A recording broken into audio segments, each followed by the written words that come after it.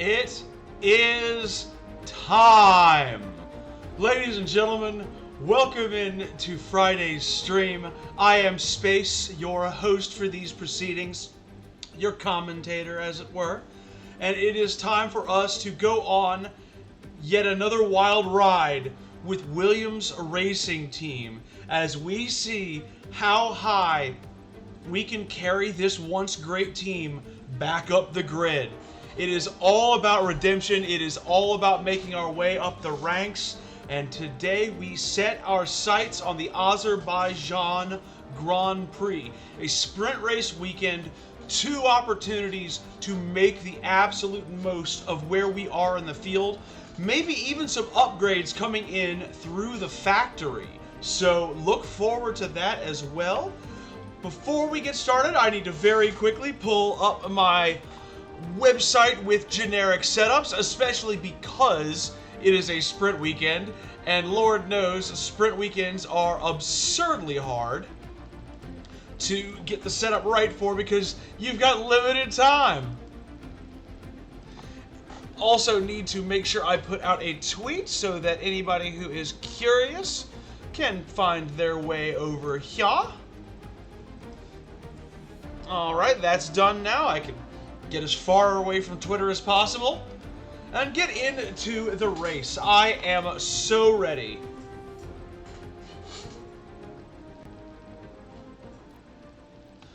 Alright, so yeah, where last we left off, we had just finished up things in Melbourne. March in Formula 1. Anything about us? Not really, that we do not care. Our development, let's see how we did during this period. Oh, Sargent made some very good strides, it looks like. Love seeing that from the kid, starting to make his way up into the sort of numbers of respectability. He's low still for an F1 driver, but he will learn. And also, the youngin' didn't do too bad either. Medium confidence in my leadership, that's how we like it.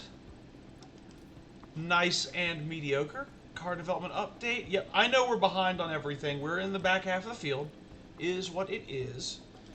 And we had a fail on a couple of car parts. We can't keep a fail. Yep, no, I know we can't. So we're going to swap her out. Alright, perfect. So now we've got, I think, only one spare suspension, so let me check and see where we are on our dev. Okay, yeah. So I'm not going to waste time building a new suspension yet. We've got a new one coming in 6 days that we're building anyway. As for how I'd like the pit crew to develop across April.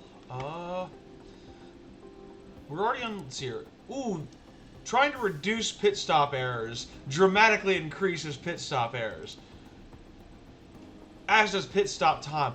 I kind of have to keep them on a balanced regimen and see whether or not there's a... Yeah, there's no way I can bring down pit stop time by keeping them on anything. So I think we're just going to accept that the pit stops are going to be mediocre. And we'll deal with the fatigue issues later in the season. Just try not to think about them right now. Just clearing those 2 notifications, because I hate notifications. Alright! That's a big, big deal. Now that means that all of our stuff involving aerodynamics is going to come off the assembly line that much better. That is wonderful news. Yeah, as you can see, like, nice stuff with drag reduction, DRS delta, airflow sensitivity. That was nice for us. Wind tunnel is our next target when we have 10 million at some point in the season. Might be until the summer break when we can do anything about that, but we want to try and get all of these up. Right now, I kind of need to use this money on current part developments. For instance, alright, so we got 19 days to Baku. If I rush 4 of them, if I rush 3 of them, that should be fine. That's only $1 million. So I'm going to save some money there. And now, let's see here, let's go to car parts development because I've now got some stuff open. And what have I built already this year? Let me just give myself a quick reminder of what kind of equipment I'm running on. So I've got a new front and rear wing and a new underfloor, and now I'm going to have a new suspension when I get to Baku. So I haven't done side pods, and I haven't done a chassis. It's probably time I look at least one of those. Let's see here.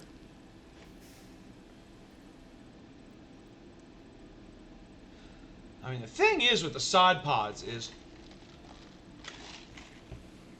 I'm going to have good cooling no matter what. Now, if I can do this for aerodynamics, and I've got the scratch to do it. I think this is what I should do with the last of my MFD hours, honestly. Especially if it's going to improve cornering. Like, let's see here if I go. Oh, wow, that just absolutely wrecks the car if I do that. Let's see here. Huh, I wonder if there's a...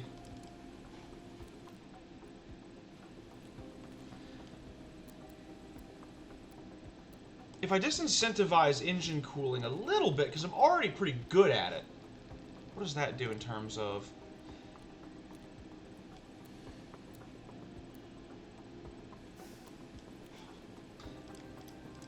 I'm really getting granular with this, because I've only got one race today, so I don't feel like I'm rushing stream. I feel like I've got the... Not so sure how I feel about that. Yeah, it doesn't really do me any good to do anything other than balanced, I think. Because the optimized cooling is not unnecessary and destroys the car. Optimized aero destroys the cooling.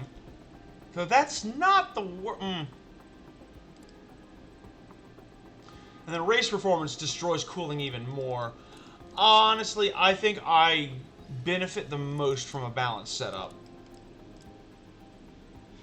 Get a little bit of medium speed up, and then I think we'll do that.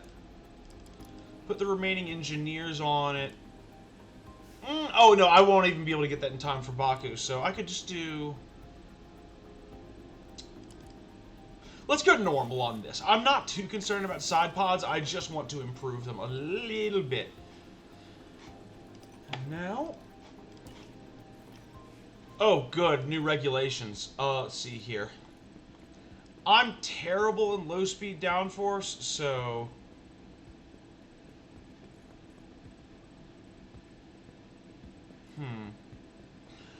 I can afford to sacrifice more in high speed because I'm good at it, and it would hurt more teams than it would hurt me. So I'm going to preserve what little low downforce I have and take a hit to high downforce for next year's research. I think that's a good call, honestly. Talent F3. So let me take a look at Sebastian Montoya. He's a 60 overall, and he's 18. That's really interesting. Yeah, you know what? I'll increase his development and I'll sponsor him. He might be a good reserve driver next year, honestly. So I don't have any attachment to... I don't feel... Who is my reserve driver? Luke DuPont. I don't really have any... I don't really have any affinity for Luke DuPont, so yeah, Sebastian Montoya might come into the team sooner rather than later. Alright. Research has begun. And we voted for high downforce changes. Fantastic. So now, instead of just me being bad at high downforce, everybody is. Or, sorry. Everybody's bad at high downforce, and I keep my bad low... Or, sorry. Everyone's now bad at high downforce, and I keep my good low... Or, bad low downforce as well. So, I just dragged everybody down to my level with my vote, basically. Okay. I'm aware that there's low stock on those. However, I don't care at the moment because we're waiting on the underfloor, guys. Beautiful. Now, take a nice little weight reduction on both cars and jump them up a little bit in terms of their ability on the grid. Love it.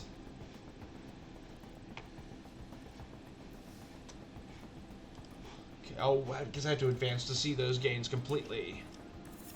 Now, the big one, where we have been waiting on this, so that we can manufacture 2 on an emergency basis Spend $3 million to get that on the car. Now I can manufacture 2 front wing for this bad boy, and I can put 2 more underfloor orders in. Alright, now I've got 2.5 million remaining. Does that... I don't really want to touch any facilities at the...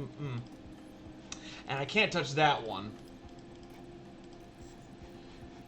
I kind of, yeah, before I get to all of this, although Tour Center, I can just build my income up weekly. I think that's a very basic investment. I'm paying literally less than a week's upgrade cost, or less than a week's profit off of this to upgrade it, so that's a no-brainer.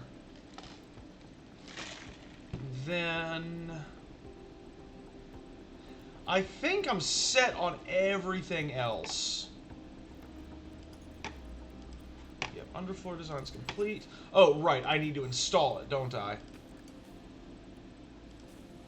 So, yeah. Put you on both cars. Excellent news. And it looks like, yeah, we're slowly but surely making some pretty nice improvements. Let's see here. Yeah, you know, we're not going to be at the front of the grid, and this is going to be a tough... This looks like this might be a tough weekend for us because of the low speed and because of our acceleration, but top speed being good here and our dirty air tolerance being good here is nice to see.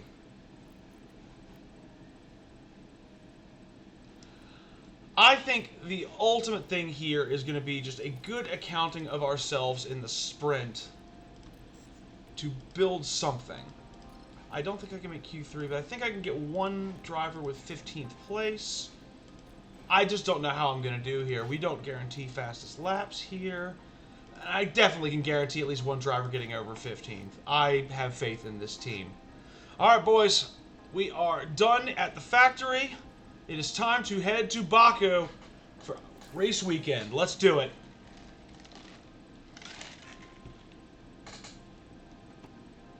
Greetings from Azerbaijan, where we're back in the country's capital. Well, it's not every weekend that Formula One arrives at a UNESCO World Heritage Site, but arrive here we have. Drivers will race around the historic streets of Baku, which includes the race calendar's tightest corner, beneath a medieval fortress wall. That medieval fortress corner is literally a UNESCO World Heritage Site. These cars come dangerously close to smashing into it every single year. The better to the tight turns where downforce is a necessity. Teams are going to have to work hard to get that balance right. There's new blood competing for Aston Martin this weekend. Will they manage to be a game changer? What will happen this weekend? Only time will tell. Every time it says that, they must mean like new pit crew staff or something like that, because I do not see any new drivers on the grid, and they've used that audio prompt quite a bit. Alright, now what does the internet say I should do here? The internet says I should go 2.5, 10.5, 3.7 on the balance there, tire camber at 280, and a toe out of 70. Alright. Now,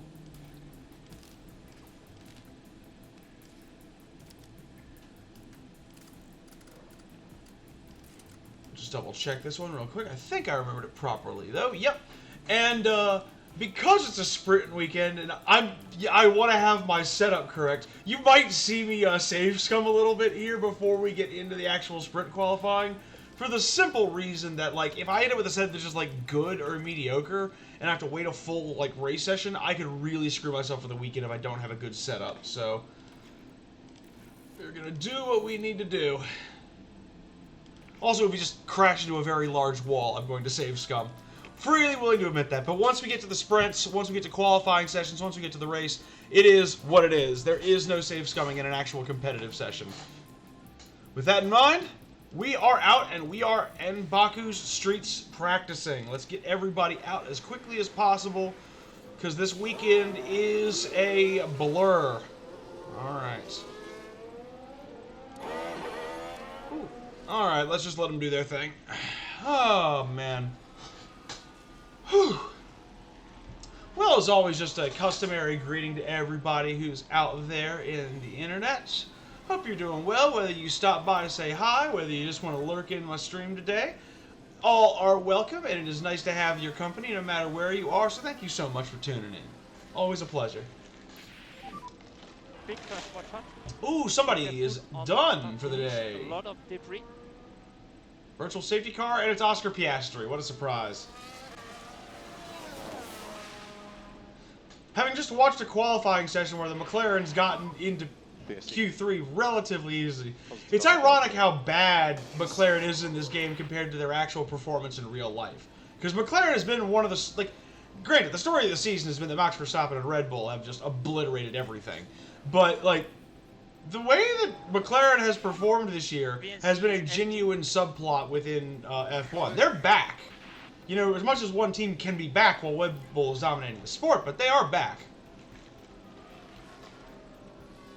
Which I think is pretty cool. Please tell me we did alright on these setups so I can get you guys some consistent laps and some consistent experience on this new build.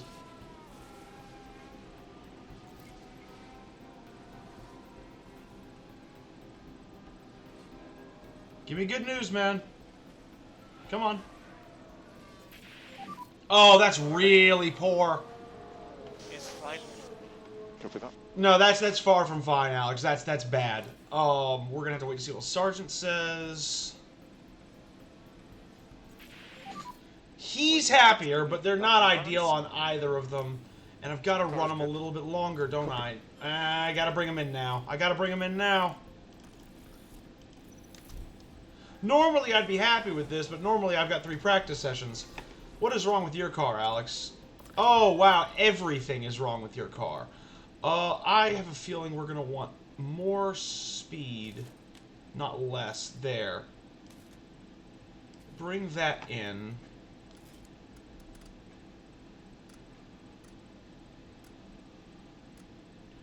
That's pretty close, and then...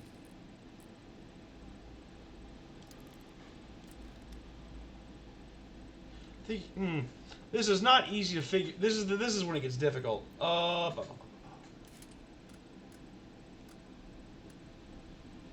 That could be it. 210. I'm literally going to get myself. There's my pen. I'm literally going to get out a pen and write this down in case I have to save scum and just like do this apart over again. Because if we're starting with 79% as a baseline, of course now it won't write. Karma coming and biting me in the ass. Here. Yeah, no, what a time for my pen to just decide it's not going to use any ink. Let's try this one, because, yeah, another pen. Alright. Yeah, that one works. 2, 10, 4, 6, minus 2.7, and 0.8. So we're going to send him out with an entirely new setup. And let's use, because I'm going to need those for qualifying, let's use a set of mediums. And then as for you, Logan, you're on 95 and you're very close. You're like a wing adjustment away.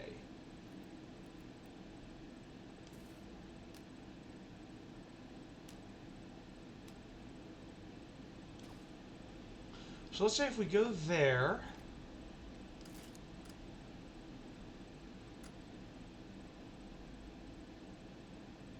Actually, you know what? I might not need to do more than just that. No, I need to do a little bit more because I want that to be in place. That's not quite it either, though, because that just puts that back where that was exactly. Let me revert right quick here.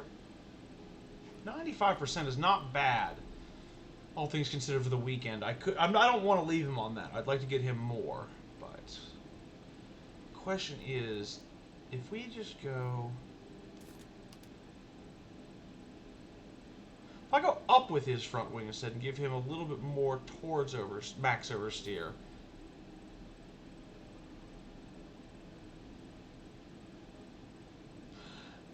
Understeer here, You don't want the back bowing out all that much, actually. So I think in Azerbaijan you do go that way. And then I think...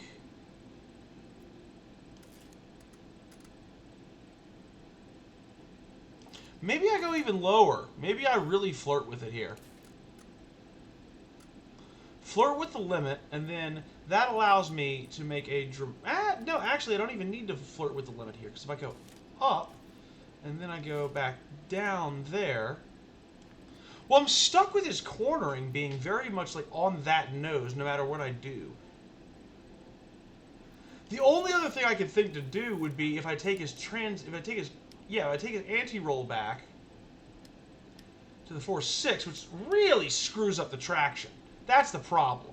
Like, I've clearly got the right anti-roll. It's everything around it that I've got to slightly adjust. Like, what if I did that? Oh, sorry, no. What if I did that and went to 1 point? Nah, that's not going to work either because that takes it out of the range.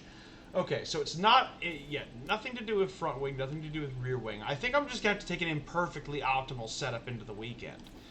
Because once I re-optimize the two optimals here, that's just still bang on where it was. And all I've done is adjust the oversteer there.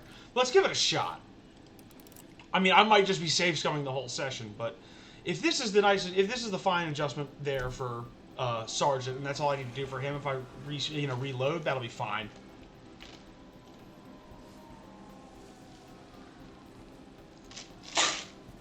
Oh boy. Hope everybody's had a nice week. Mine has been nice and relaxed.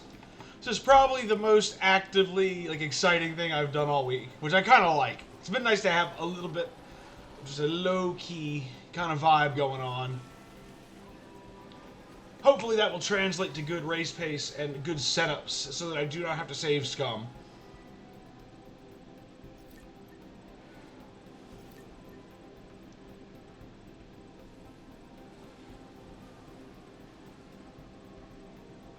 If I see the word optimal, I'm going to just take that as a granted this weekend and just be happy with it.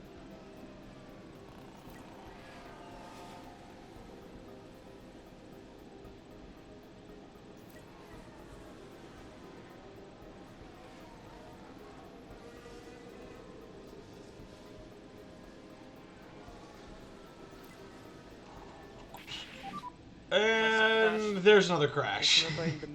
This one's Ocon. What happened to him?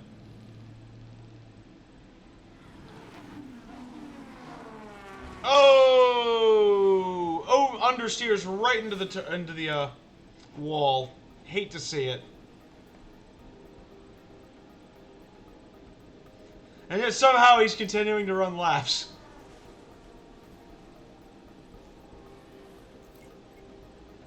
Alright, I want good news, boys. Good news only.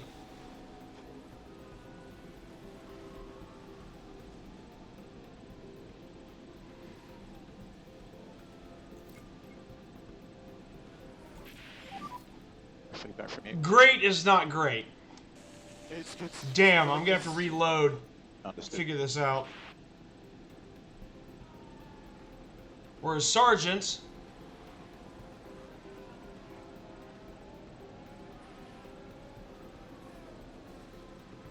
Good news, please, Logan? You're not gonna tell me, so I gotta pit you both. Because it's not actually giving me the information it's supposed to on my HUD. That's a glitch, Frontier. Alright, so I've got him to 88 now. So that's optimal, but his traction sucks apparently.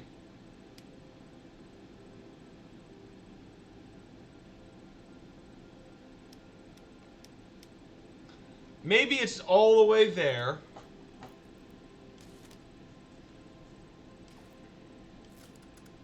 No, actually, it's got to be up, doesn't it?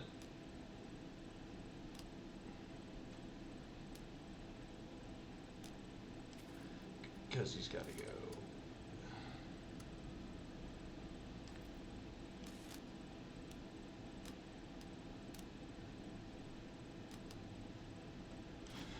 that's not going to work that way.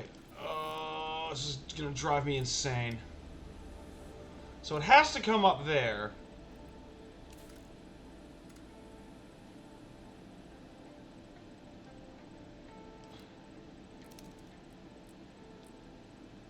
That has to be it. Okay. I'm going to, because this would be an untested setup and would be way slower than it's supposed to be, I'm going to go ahead and just 210, back to 37, 28, and then 85. Okay. Quick redo. Oh, wait, actually, first I got to see what Sergeant comes up with for me. Shit. Okay. Gotta write down his unique setup as well so I can get closer to the truth on him when I reload. Alright, so everything is optimal, great. Cool. Okay, so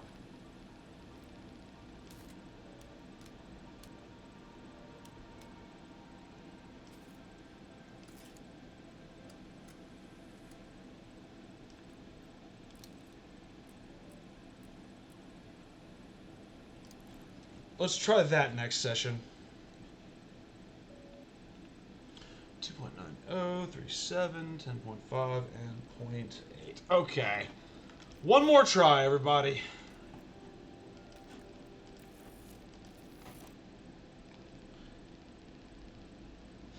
Let's just put these gentlemen out on these other test setups, and I will hopefully get my optimals so I can move through here as quickly as possible.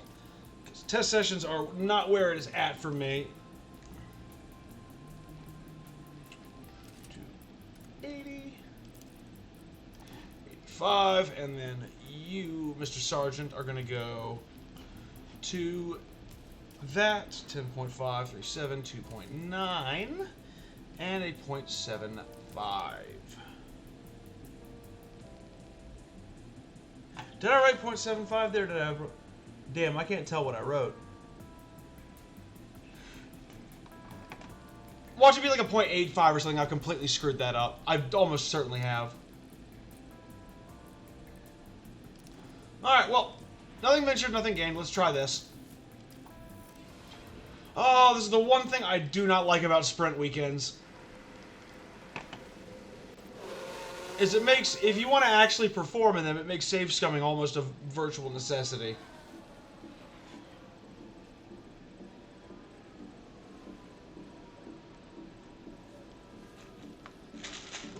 Oh, no need to get panicky. Just sit around, crunch on my ice, and relax.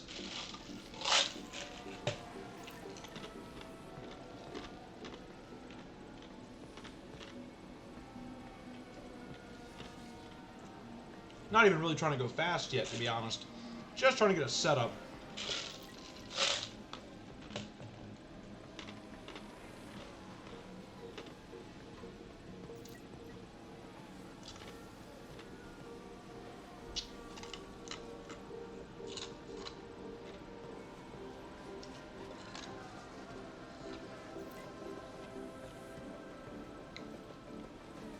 Whew.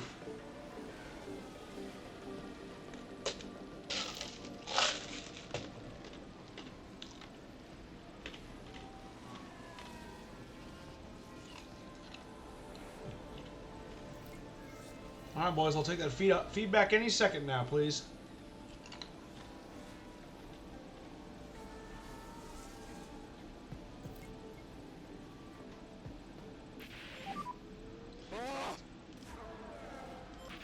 Is that aerodynamic damage? Oh, God! Well, it looks like we're having to reload the session again because I have damaged parts that I can't replace. Alright. I should have really saved before I put those setups on, or after I put those setups on. So now I got to redo all of that because Logan decided he was going to do something selfish and be stupid.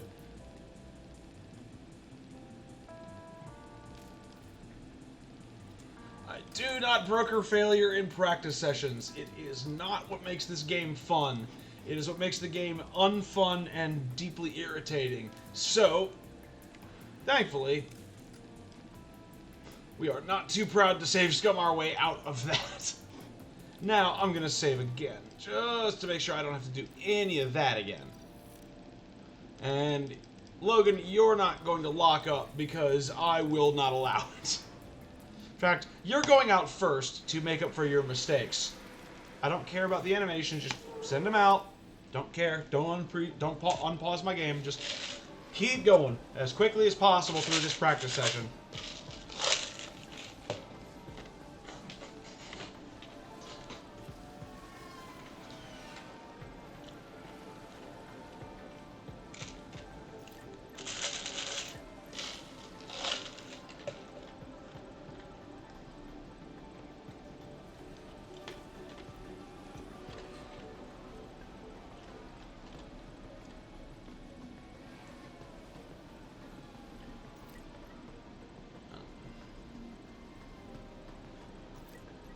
Alright, hopefully, here, no errors from either of you, just pace and feedback, that's all I want.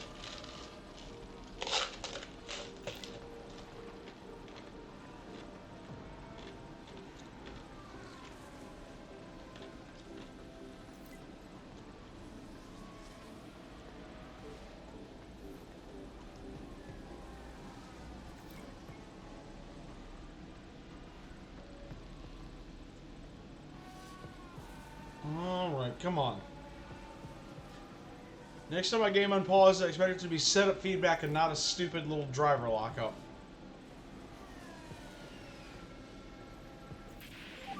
Great. Feedback on limitation. That's irritating. Should be better than great. Actually, no, Alex, that's terrible news. Get in the pits.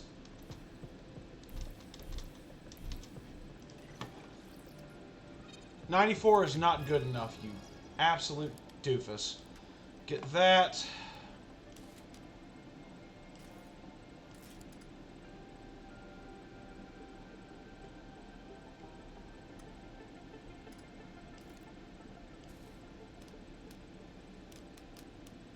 Nah, I just want that wing there.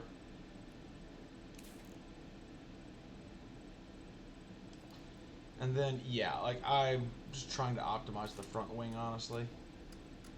Yeah, that optimizes the front wing back to where it was. Let's just try these stupid toe out and camber where it is now and hope that gets it right. I'm quickly tiring of this practice session crap. Azerbaijan, for some reason, the practice is uniquely irritating for setup. And it being a sprint weekend just makes it so much worse. Well, at least that's optimized. You can just go out and chill. I no longer care. I know that your setup is the right one. You just enjoy your weekend. Get as much experience as you can, Logan, because I'm stuck babysitting Alex.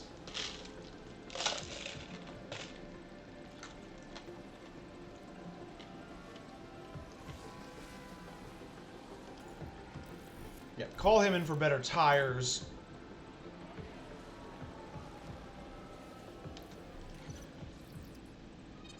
Yeah, that's a 97. I do not care enough to try and adjust that. Not on this weekend. So enjoy your 97% setup, Logan, and go.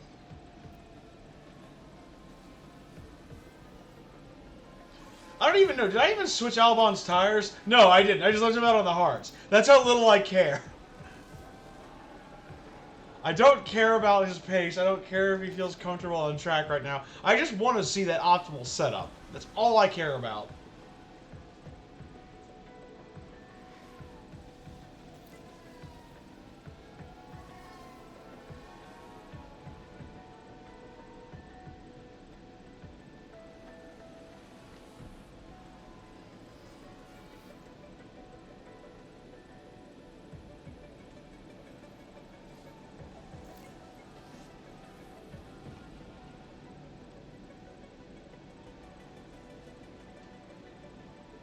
I better see the word optimal.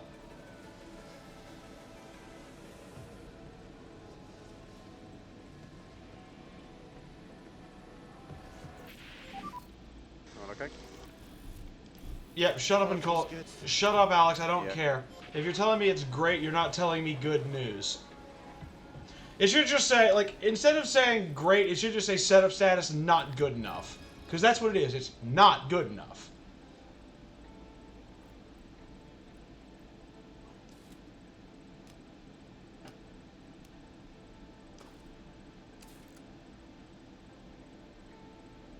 So, you know, setup status offensive to the sensibilities.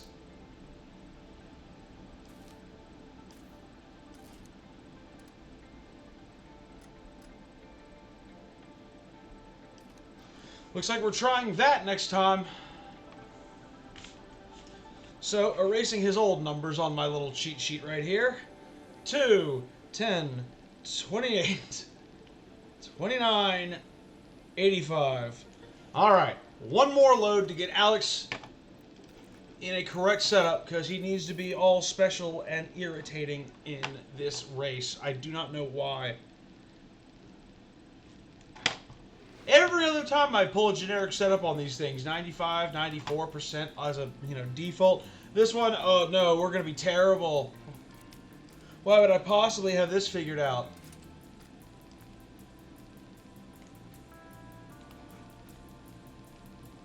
That had better be right. Like,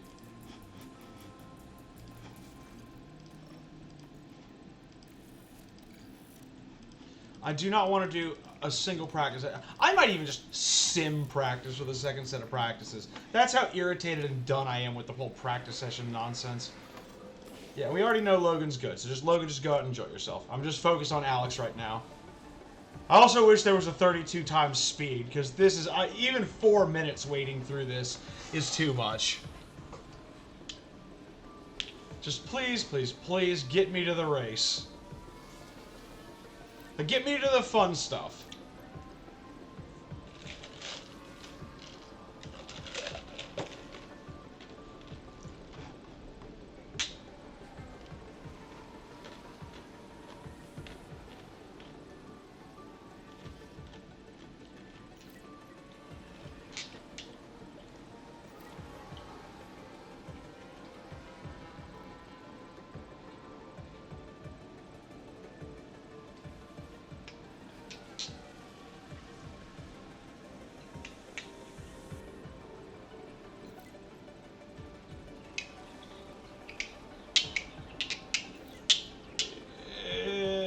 Just put me out of my pain. Put me out of my misery. Please, Alex.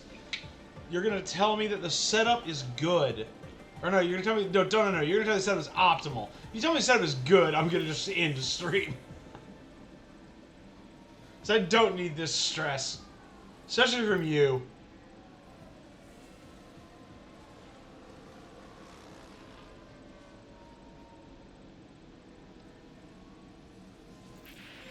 Good. Feedback from you. Wonderful. Great. Perfect. Yeah, iPhone.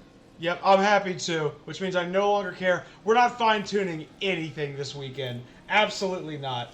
I'm calling you guys in at 30 minutes to maximize your experience gain, and then, yeah, come in, and you come in, and new tires. Congratulations on your 98% setup, Alex. That's as good as you're getting this weekend. And likewise, Logan, congratulations on the 97%. That is optimal enough for a sprint weekend.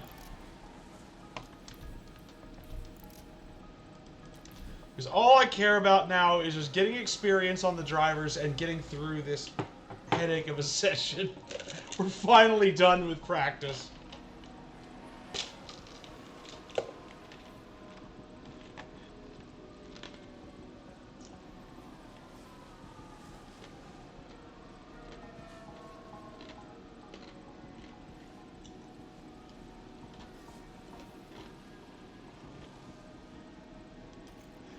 Nice and easy. No mistakes, boys. Nothing crazy. Just lots and lots and lots and lots of laps.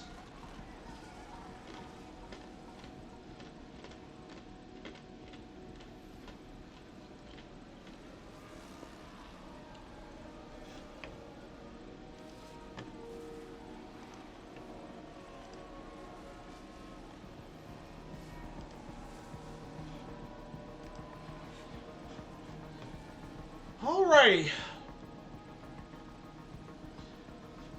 Well, at least their track knowledge is going to be... I'm pretty much just trying to get them out on track for as long as possible, just to maximize that. If I can get that as close to 100 as possible, like, I'll have a decent amount of prep on them for the weekend. As it is, we're still going to... Everybody goes to the qualifying unprepared, so we'll at least be on even footing with the other teams. But in retrospect, it might not have been the best race to bring an upgrade package to. That could really hamper our preparation for the weekend. Be that as it may, we're on a good rate of experience gain for the race. Yeah. We might not get to 50 or 100% track knowledge, but we'll get very, very close during the practice sessions. Yeah, like 48% on both drivers is pretty good for one practice session. It's incredible for one practice, actually. But yeah, so 80% preparedness, that's going to translate to regular confidence for Sargent, but pretty high confidence for Albon. Okay, cool, we'll take it. That's why we had to get optimal with him. It's time to determine starting positions for the sprint race, here in qualifying. Oh man, I wish they'd kept these rules in real F1, man. Will be divided into Q1, Q2, and Q3, with the best times determining the grid for the sprint. There's been a bit of talk about Alex Albon, Karun. How are things looking for him today? We saw some disappointing lap times from them in practice. That's because I was overladen with fuel, Karun. The pressure's now on them to deliver. I was doing long runs. My pace in practice was irrelevant. Only time will tell. So don't you criticize me for my practice pace. Let's see here. Yep, I'm going to do my usual strategy for Azerbaijan is give for quali the sprint and the Grand Prix. We are moving on to fresh engine parts across the board. Put the practice sessions on the bad equipment. Put the races on the good. And we're definitely, and I mean definitely, going to be taking penalties later in the season for replacing the engines. But for right now, early on, this is a huge, huge benefit to us. Extra pace in qualifying for the sprint, extra pace off the starting blocks in both the sprint and the Grand Prix. That is what we want. And now we wait. I do not want to be first out here. I think we're going to just platoon it behind a couple of faster teams, if that's possible. Looks like everybody's taking a minute to get on track anyway.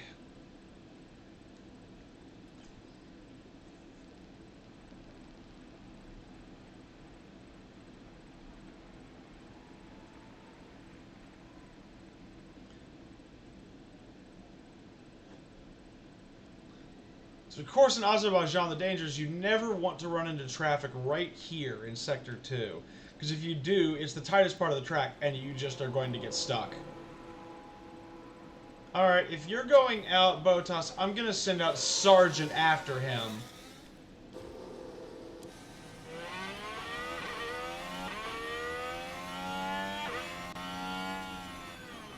And he's going to have our first lap in anger of the weekend. But I'm going to watch the pits for right now, just to make sure I see somebody else to follow as well. Basically trying to set myself up with, like, lead blockers, as it were. I'm not really trying to get their slipstream. That's very hard to do in Baku. And really, I'd only want the slipstream on the hot lap, not on the warm-up, and not following him onto the hot lap. Good brake temp on this outlap. Alright, we are here. Let's go ahead and zoom him up towards the start of his lap, just to speed things up for everybody watching out there. And here we go. First lap in anger for Williams in Azerbaijan. We're off. Okay, gap edge is good. No race and you're pushing. Onto this huge straight that defines this track. And we'll use Logan Sargent to give those of you who are uninitiated a quick tour of the Baku City Circuit at the Azerbaijan Grand Prix. Now we are on a hot lap. Immediately brake into a tight turn 1. Lots of 90-degree turns here in Sector 1 define the course.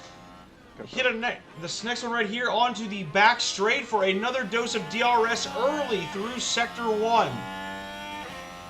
This and the straight all the way in are the best overtaking opportunities on the circuit by far. This, in fact, is where you will see most of the duels. Now, you come in through a tighter section here to end Sector 1. Lots of 90-degree turns, lefts and rights all over the place. This is a city circuit after all.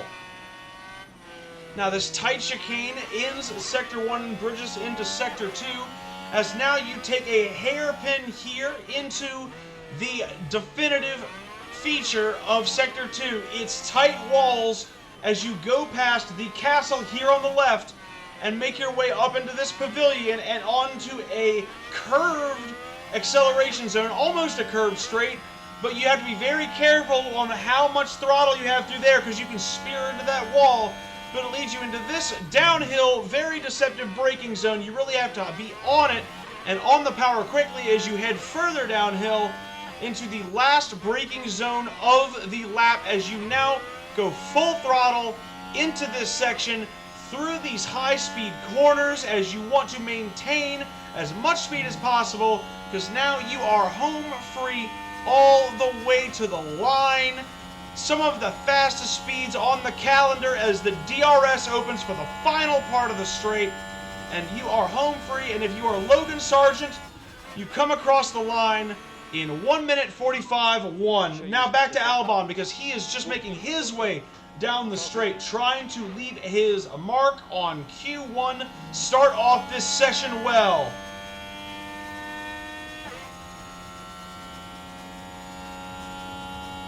No more turning, just burning.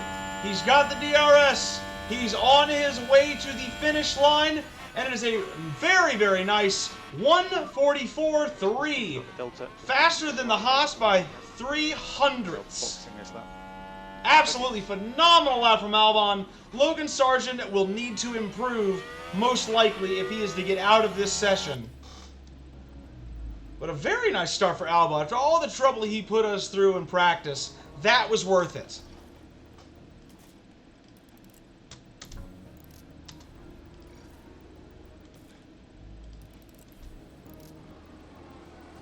Now we're just going to wait here for a little bit. Give ourselves a nice opportunity to see the track rubber in a little bit.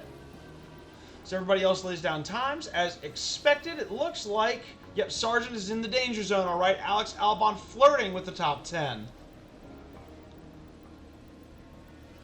Now it's all about finding clear track. So I believe we're going to start finding right now. So I'm going to send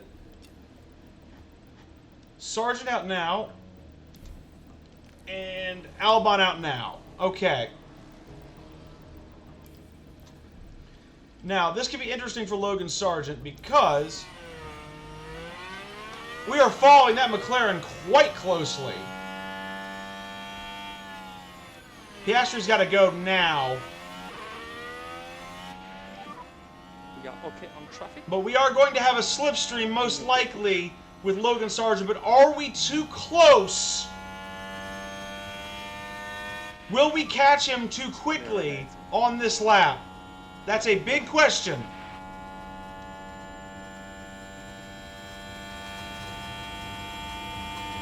Remains to be seen, but Logan is off, and he is already getting quite close to the McLaren. This could be very, very bad, actually.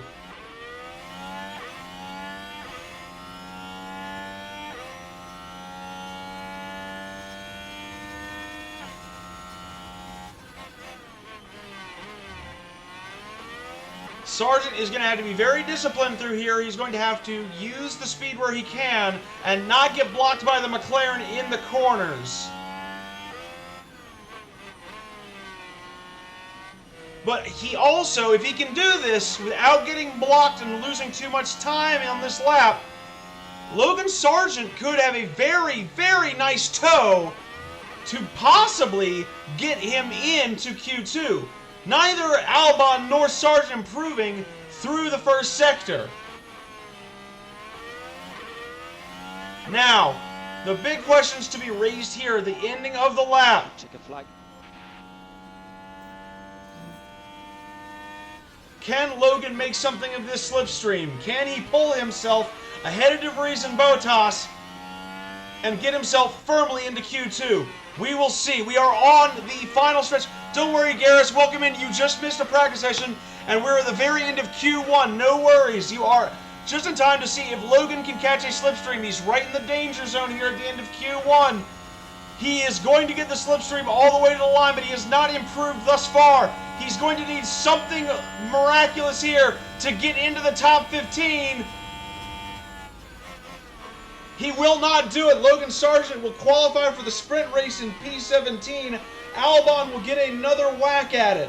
But Logan Sargent's qualifying, have to say, a disappointing showing here in Baku for his sprint qualifying. He'll have to make that time up in the sprint race to get a better grid position in the Grand Prix.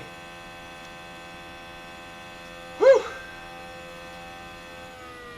So to catch you up on the weekend schedule, you actually get 2 races for the price of 1, Garrus, because it is a sprint weekend. So right now we are qualifying for our position on that grid for the sprint race, which is a 17-lap affair that happens the day before the Grand Prix, which is 51 laps. So we've got 2 races to run this weekend on this city circuit. So 2 races through the streets of Baku for you to look forward to tonight.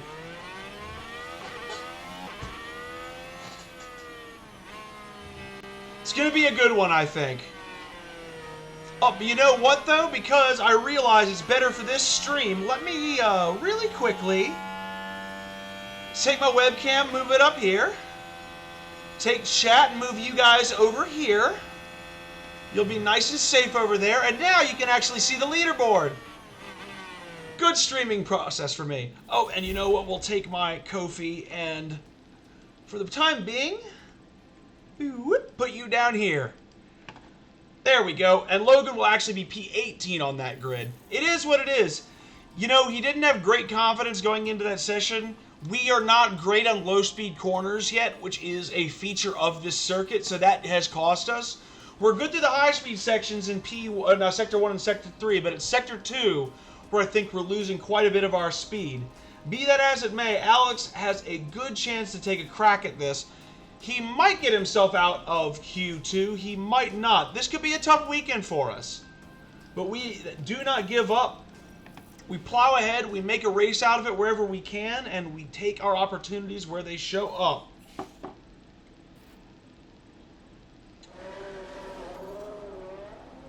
That's exactly right. As Galaxy Quest taught us, you never give up and you never surrender. We will send Albon out in this train right now to get on the first lap and be with people around a comparable pace to his car.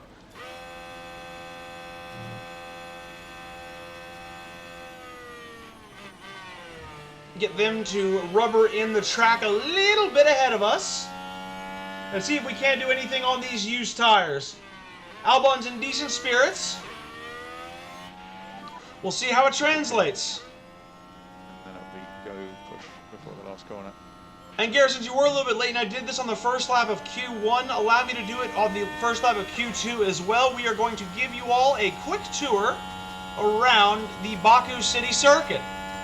So as you can see, your lap is defined by this gigantic straight here, but we have just now started the lap as we take a quick 90-degree turn into the first part of the lap, and another 90-degree left coming up immediately afterwards into the second DRS section.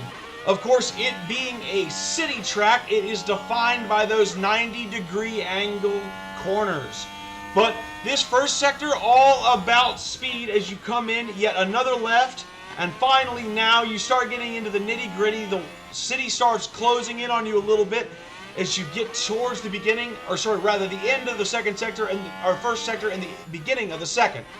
So now you are starting the second sector, and the defining features here is that you are in the old city You are in a tight section. Take this hairpin in, and now it really gets close because we are going to take a left and go up a hill next to this castle. The tightest section of the track on the calendar is only 9 feet wide, and it goes past a literal UNESCO World Heritage Site. That castle is over 1,000 years old. Now, we take a curved straight almost, watching our speed through these corners as we have a dangerous downhill, deceptive braking zone right there, as you got to be on the throttle immediately right next to that wall. Now, last true braking zone of the lap, all the way down here, halfway down the track, but it's a quick little burst, keeping as close to the walls as you can, maintaining all your speed through those slight corners, and now it is just a mad dash to the finish line. But how will Alex do on this lap? Sonoda with a 144 dead. That's what we're looking to try and compete with. It's only going to be a 144.5 for Alex on that opening lap, but we were on used tires, and the track will continue to improve over the session. But yeah, that is the Baku City Circuit, one of my favorite tracks in real life, and just absolutely mental. Like, one of the scariest tracks I've ever seen. The walls are right on top of you. It is just a madhouse. Like, so apocalyptically dangerous, but so, so cool.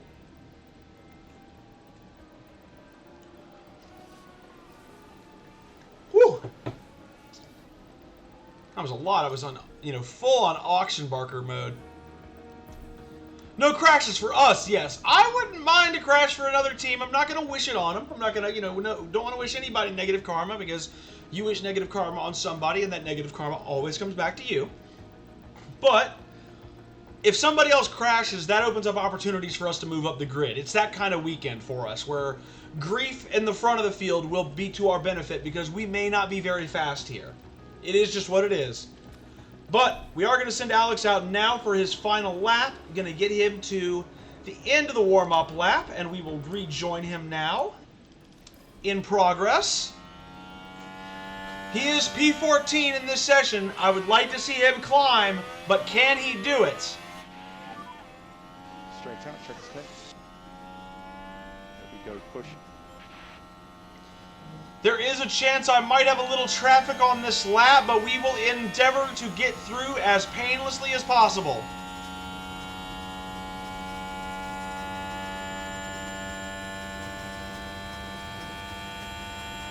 And Albon's off. Let's go.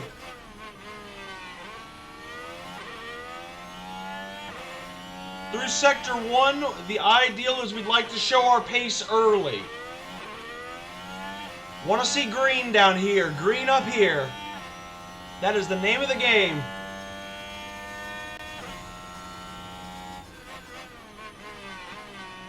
All the clear air in the world to assert ourselves during this race. All the clear air we need to develop pace and push forward.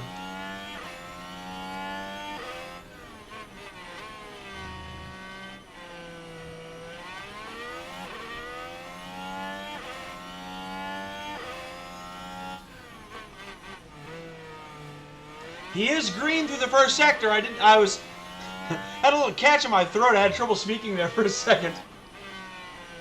It's what happens when I commentate. If you don't do it for a couple days, you really get sore. But Alex Albon is fast through Sector 1. Can he be faster through Sector 2? Especially when a lot of other people are not yet improving. He is quicker through Sector 2. But will he be able to improve enough to get himself up into Q3? I don't know if that's in the cards this weekend, but I'd like to give the field a little bit of a scare. Make a marked improvement over that last lap.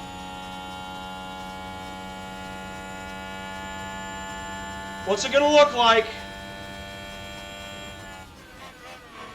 Oh my goodness! I cut 0.6 of a second off of my qualifying, and Alex Albon is at P8, but we have yet to see other cars finish underneath us.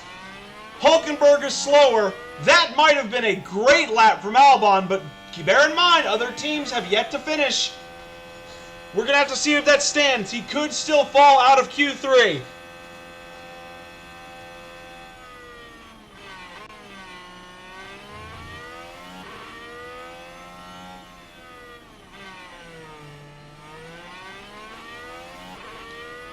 We patiently await finished laps. Ocon is behind us. He is one of our real dangers. He, Gasly, and Tsunoda, who we are watching out for. Ocon is going to finish his lap first. Actually, Alonso, also a threat behind us. Ocon will come across right about now. Will he be faster? He does not go faster. Alonso and Tsunoda are going to be the next two to finish. Tsunoda is done. He's coming into the pits. Alonso gets blocked slightly. Alonso will improve, but crucially, we cannot fall out of Q3. Despite all odds and the sheer lack of pace that was apparently in this car, Alex Albon has put himself into the top 10 of the sprint race grid. What an unbelievable lap by Alex Albon here in Q2. What an absolutely astonishing lap. Very high. He should be on peak confidence after that. You want my personal opinion. Because that's one of the best laps of this career mode. Like, without question. Because we should be one of, like, the 4 slowest teams here. We should be around P13, P14. That's where our natural home is. But Albon said, no way, I got a lap to show you. What a absolutely astonishing performance here. I hardly believe that.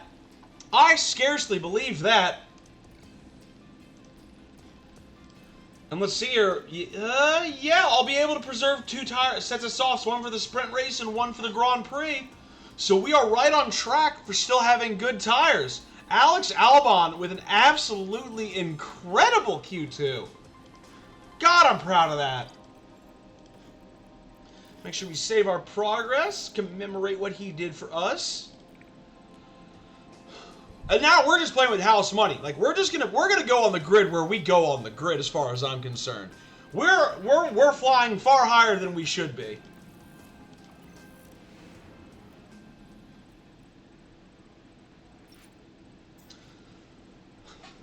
I'll wait for a couple of cars to get out ahead of me, and then I'll just jump in where convenient. Hamilton is the first out in this session.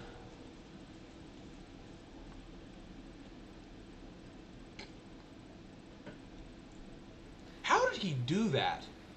I mean, what's crazy about it is that I believe it's such that, yeah, there's not really a discernible difference in lap-to-lap pace, even with a moderately used set of tires for the qualifying laps, which is why you can run dirty tires on your quali here. Albon literally found 6/10 that he lost on the first lap. That's, to give you an idea, in motor racing, like, usually on a qualifying lap, you're going to find, like, between laps with better tires, you'll find probably 0.2 of a second, 0.3 of a second if you're really, really a great driver. If you're finding like half a second between laps, either your tires were seriously terrible or you made a mistake somewhere on your first lap.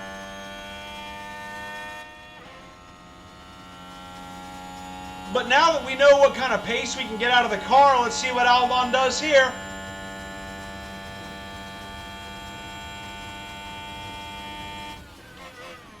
We await the results of his first run on bated breath. Everybody, and I mean everybody out on the track right now.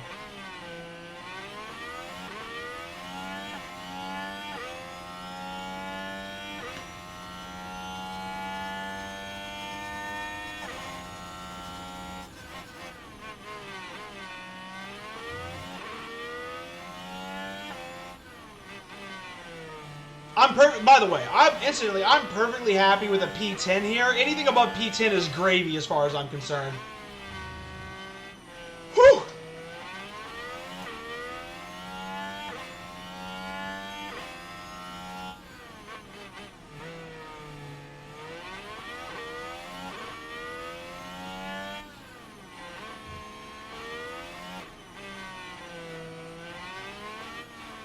Albon looking a little bit like, he's looking okay. I'd say he's maybe a little slow through Sector 2 on the used tires.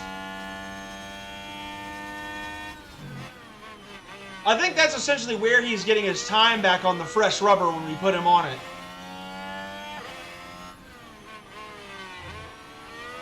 But we're not expecting much here. Again, P10 is more than we could ever ask for.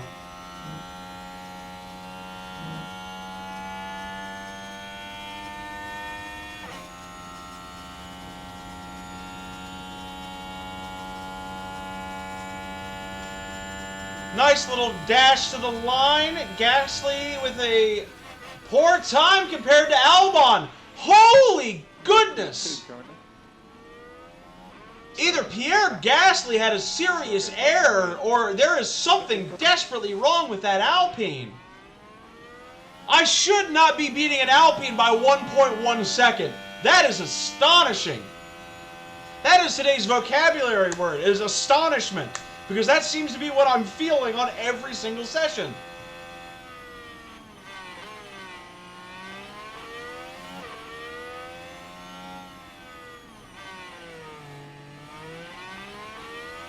It's going to be a P9, which is what it should be. But that gulf between myself and Gasly is not normal. That should be a lot lower. And realistically, I should be on the other side of it. What is Albon cooking this weekend, man? Something in Albon's water bottle right now, because he is on fire.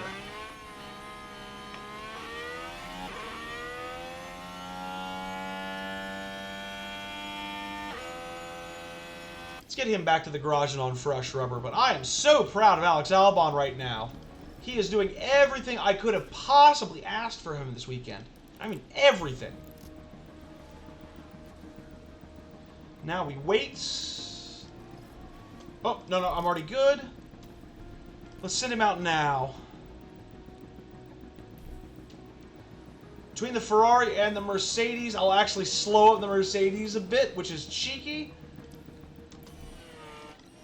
But, here we go.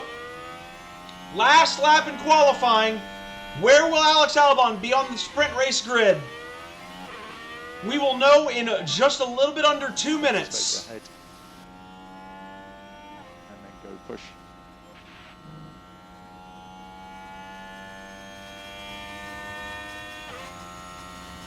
Keep those fingers crossed wherever you may be. For Alexander Albon, our Thai driver, showing out here on the streets of Baku, and he has one more chance to really impress.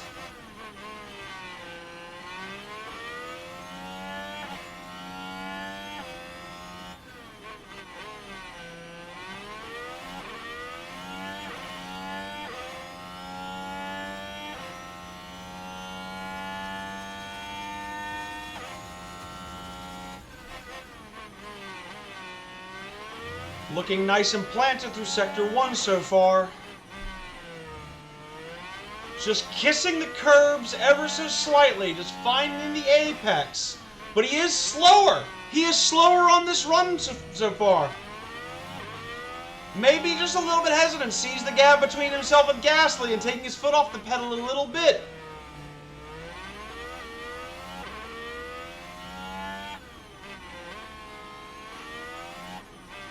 We'll see. He has a real opportunity, but he needs to press here through Sector 2, get the green sector here.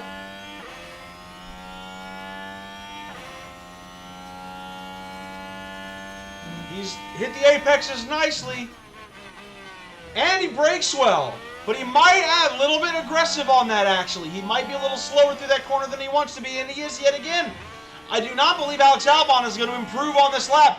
Gasly does improve, but not enough to get ahead of Albon, so it will be P9 virtually guaranteed here.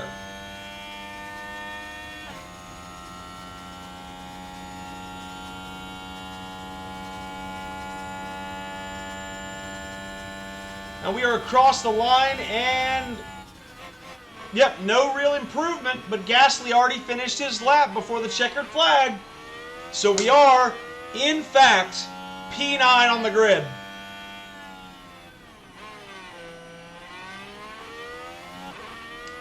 What a day for Alex Albon, and what a nightmare. It's got to be said at this point, what a nightmare for Logan Sargent all the way back at P18. He's really got to focus his efforts on pushing forward in a race where it can be very difficult to push through the midfield.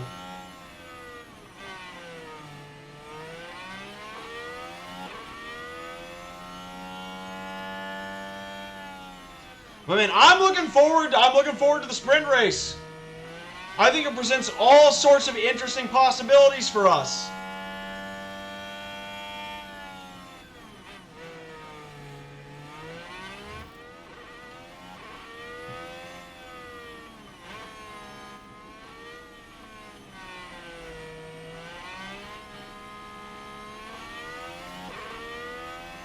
Oh man. Woo! And to think, in between quali and the sprint race, we have one throwaway practice session to actually decompress. Oh, man. Commentary takes it out of you.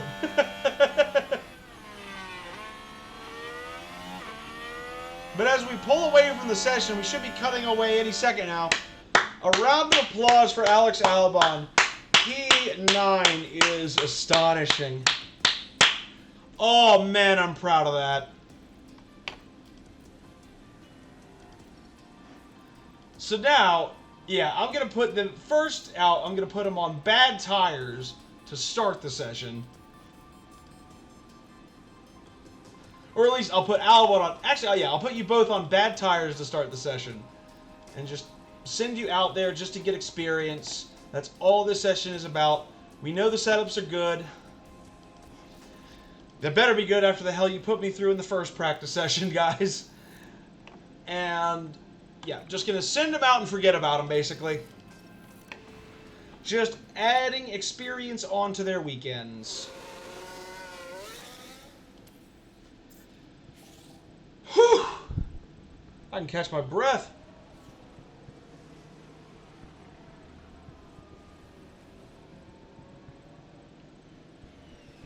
Man, oh man. So now this begs the question, what tires am I going to put Logan on? Because I honest to God think the fastest strategy with Logan might be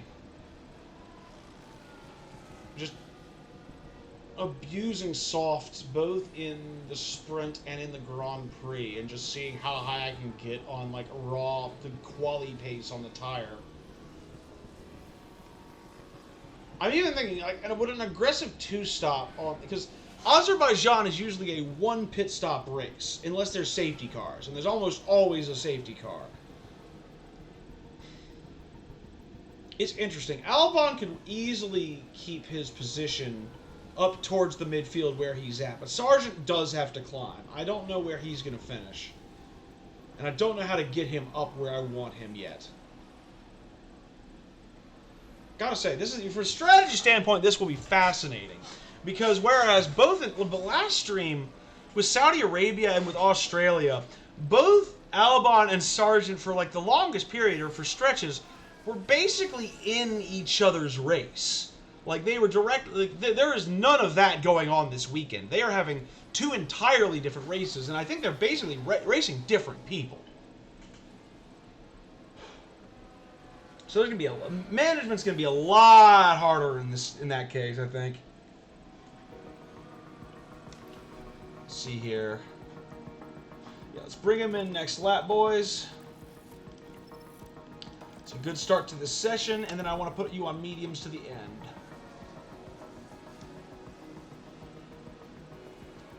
All right, quick tire changeover. And I'll have two sets of mediums for the... Actually, no, I'd like to preserve those mediums for the races, so I've got the choice. Because as I've seen here previously, safety cars can give you the need to have that extra set of mediums. So we'll just put them out again on bad tires and just let them run a little... Just nice and easy session here. They'll be very close to 100% familiar with the track by the time we're done here. So, all things considered, pretty good preparation at the end of the day. We will be above 90.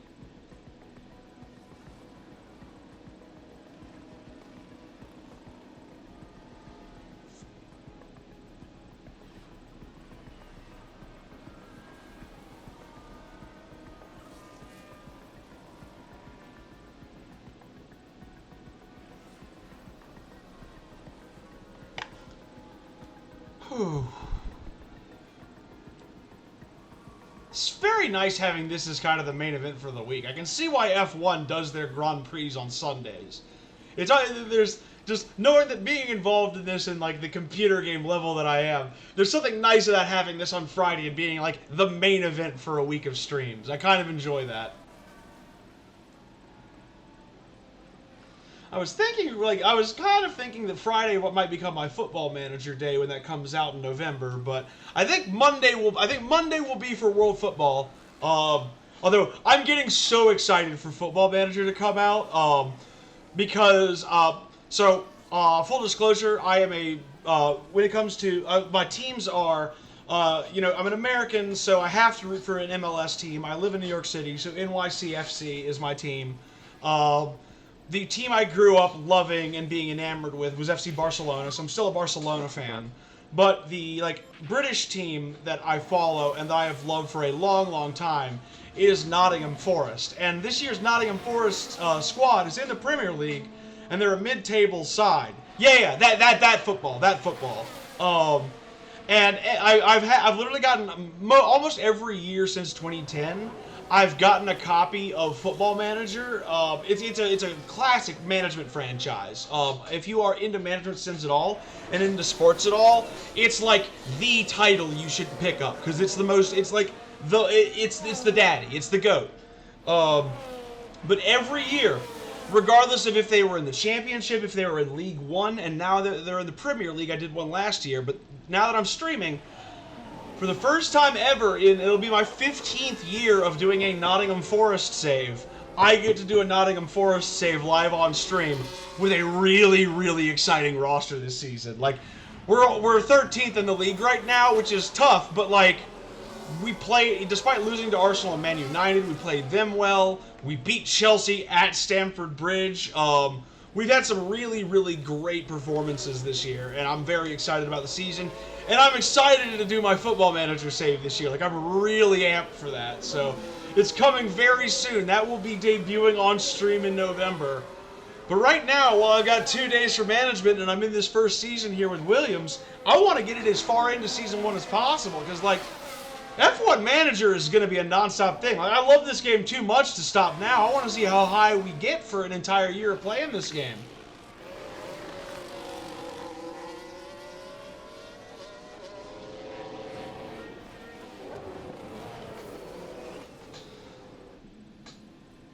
But yeah, very much like this, in a very different way like this. In Football Manager, you get to be more granular about, training, and you get to do, the transfers, you get to pay, huge dollars to bring in stars and stuff like that, and, do the, running the club. And yes, you will get to see me do live commentary on football matches, as that's absolutely a part of what I want to do with this Football Manager series, is continue practicing my commentary by doing a little bit of it over the Nottingham Forest save. So you will get to hear more of my live commentary. That is absolutely a facet of that stream. But good. I like seeing the prep on these guys, and they're both going to be in they're both going to be in high spirits going into the sprint race. And that is what we like to hear. Welcome back as the drivers gear themselves up for today's sprint, the results of which will determine the grid for the Grand Prix. Of course, this is the first sprint of the season, adding an extra challenge for the drivers and their teams. But as ever, in Formula One, an extra challenge is an extra opportunity. It's not only the starting grid decided here, though. The top finishers in the sprint have the chance to score crucial championship points. That we do. The top 8. The top 8 finishers in this race score points compared to the top 10 in the Grand Prix. So, in P9 with Alex, we are out of the points, but just barely. Now, the strategy being recommended to me is the mediums, but if you look at this, not only do we have access to the soft tire, but if I really wanted to, I have the ability to push this tire off of a cliff. I need to fix my Nightbot so that you don't have to meteor excitement so much. Like, I should fix that when I am actually able to focus on it. But the strategy here is going to be put both these boys on the soft tire and just absolutely send them rocketing forward in this race. Because I do believe I have, let's see here. I want to just double check this. Yeah, I got 2 fresh sets of soft for Alex, which allows me to go onto the mediums a lot if I need to during the Grand Prix. And Logan should have a ton of tires. Yeah, he's got 4 sets of soft tires. So he is on the soft tire strategy, no questions asked. Like, we're going to just use up these tires like we are renting them. And of course, we are going to turn their intensities up on the first lap because we want to stick with and fight with everybody we can. But because it is a sprint race and I need to rest my voice for a second so that I can give you guys all the commentary for 2 races back to back that you deserve, I'm going to take a quick break now, and I'll take a quick break before the Grand Prix. But do not go anywhere, because we are set up and we are ready to go into the sprint race the moment I get back on stream. So we're going to take a quick break here, me to run to the restroom, me to obviously refresh my water if I'm going to be doing commentary, and honestly to get a stretch because my neck's a little stiff. But when we get back, it is time to go sprinting in Baku. The Azerbaijan sprint race is coming up next.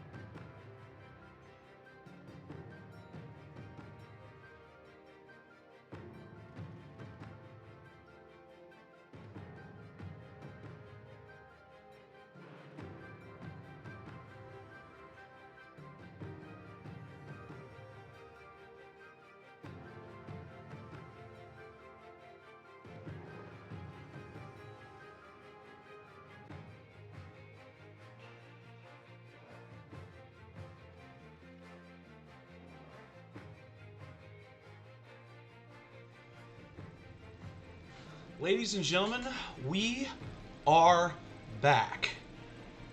I've also figured out why my vocal cords are struggling so much today, is because I forgot how damp it is outside.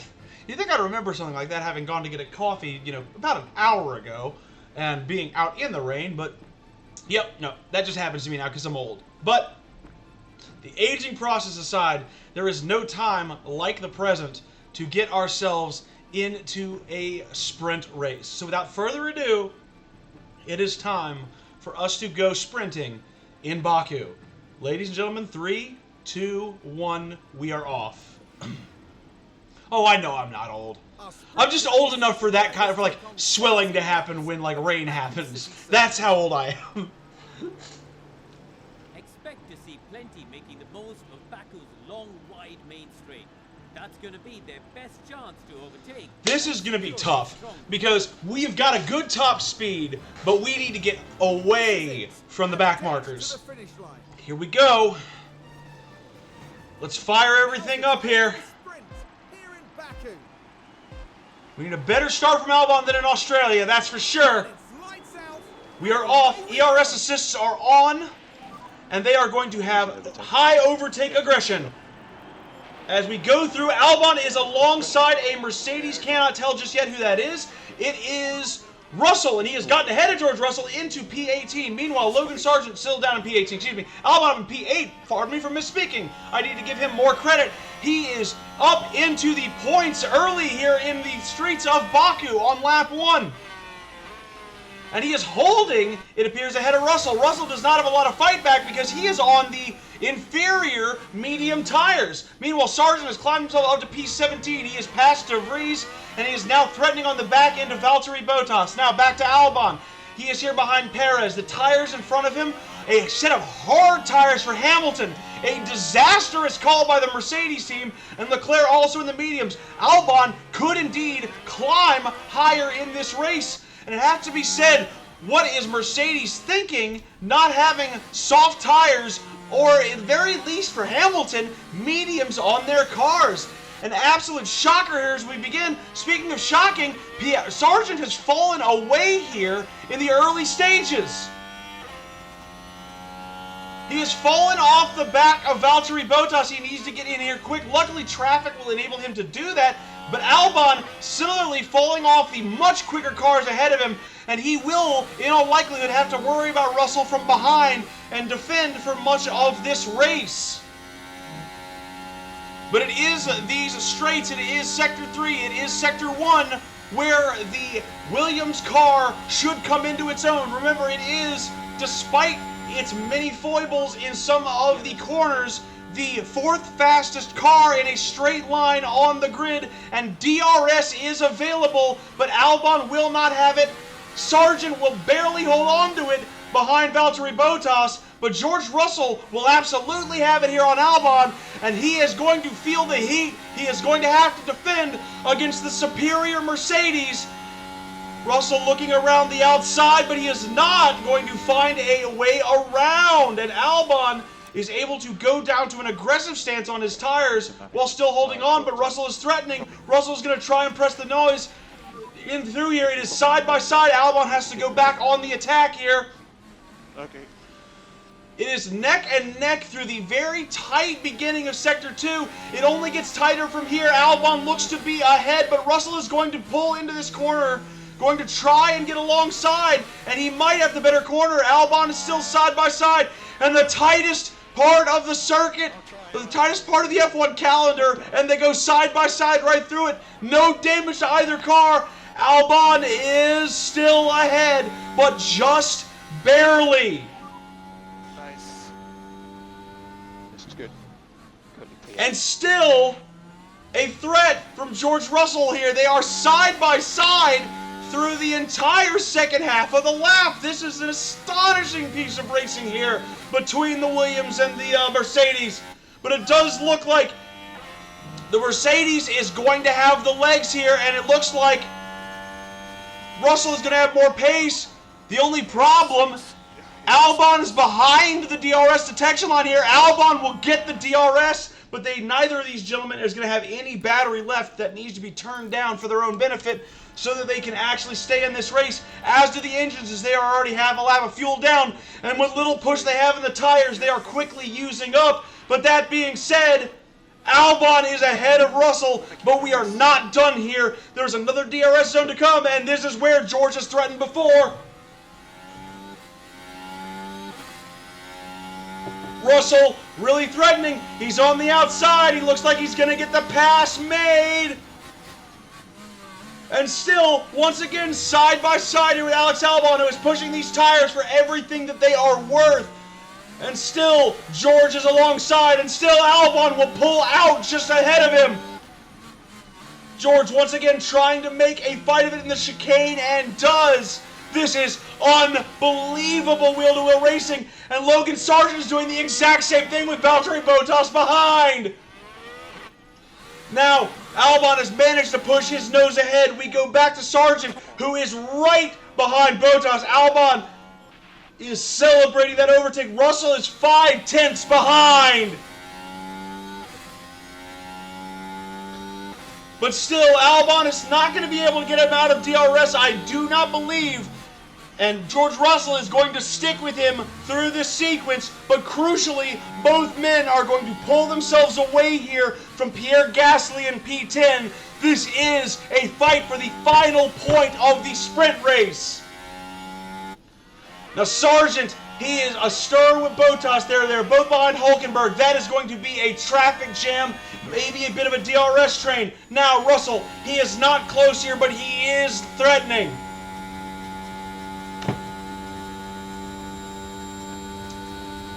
At the beginning of lap 4, he is going to pull in here behind Albon. He will have an opportunity on the second DRS straight. Meanwhile, Sargent, he is still stuck behind. Will Clean Air help him? We will have to see later. Russell is still behind Albon, and he's going to have the space. He's going to look inside. Albon blocks him off. Albon is going to keep him blocked off. There's nowhere for Russell to go. He has to back off. Sargent looks for Clean Air, will not find the pass on this lap, as Bottas will go ahead and fight Hulkenberg. Back to the front. The good news for Sargent, he will not start as low as he qualified. De Vries quickly falling behind here. Russell trying to stay with the superior pace of the soft tire. Albon doing everything he can. Meanwhile, Logan Sargent is going to have to cool his tires down, perhaps threaten a little bit more later into this race. Now, Russell continuing to lurk. Albon using every bit of pace that he can in those tires. He is still not outside of an optimal window. He has still not overheated them too egregiously.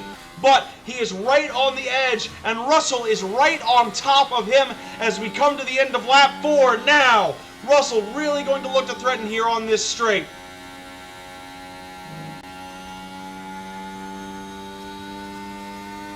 Sargent still finding himself in the DRS train, but Hulkenberg is losing time to Valtteri Bottas. That could be in Sargent's favor as we watch the times. Do not see a pass coming here yet for Russell. Sargent could look for free air. Sargent can look for free air and potentially get the pass here on Hulkenberg. He has got to go for it now, though. Meanwhile, Albon is going to hold on through the first turn. But will Sargent engineer a pass? He has not got the ability this time. He is going to pull in rank and file. We go back because Russell is really threatening once again here on Albon. It is going to be wheel to wheel. You get the sense for an entire 17-lap race. Once again, Russell flummoxed. Now back to Sargent. Sargent is threatening, but Sargent is in a DRS train. He is seriously hampered here at this stage of the race. Now, is this not interesting? It looks like the push that Albon has put into his soft tires has brought him in full view of Hamilton's Mercedes, for some reason perplexingly on the hard tire, and I do believe Alex Albon is going to get a bit of DRS all his own to defend himself against George Russell. And could we see Albon, out of all positions at a track where the Williams is not a favorite car, go all the way up to P7? This is astonishing racing. Russell almost out of the DRS himself. Albon pushing for everything he's worth. Russell is out of the DRS. I do not believe this. He will have push. Logan Sargent is pushing his tires to the limit behind. But Albon, he has got Russell out of the DRS. I do not believe this. He is going to be pushing up on Hamilton, and he's pushing up for P7.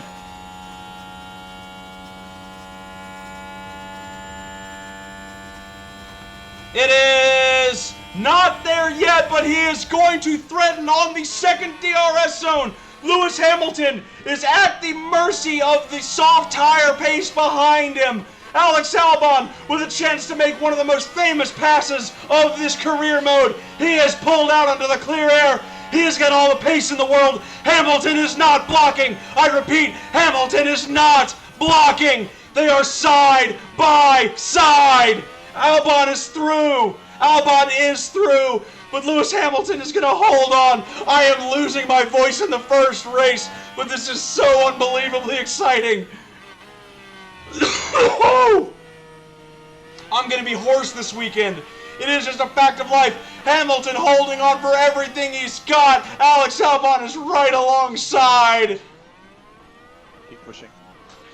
Oh, I do not believe the racing that we are seeing. The wheel-to-wheel prowess of Albon pushing a Williams again against a Mercedes. Meanwhile, more depressing news towards the back. Logan Sargent has fallen off the back of Hulkenberg. He will need to make that pace up as now De Vries is threatening. But Alex Albon has made the pass. No, he hasn't just yet. Lewis Hamilton is going to be on him. Albon has the inside. Will he seal off here? Yes, he will. Albon is through to P7, but will it hold? He is going to have to deal with Hamilton in his DRS. He is going to have to deal with Hamilton fighting him all the way here. And George Russell is also getting pulled along in this duel now. He is in the DRS himself. Albon fighting. Albon trying to stay ahead.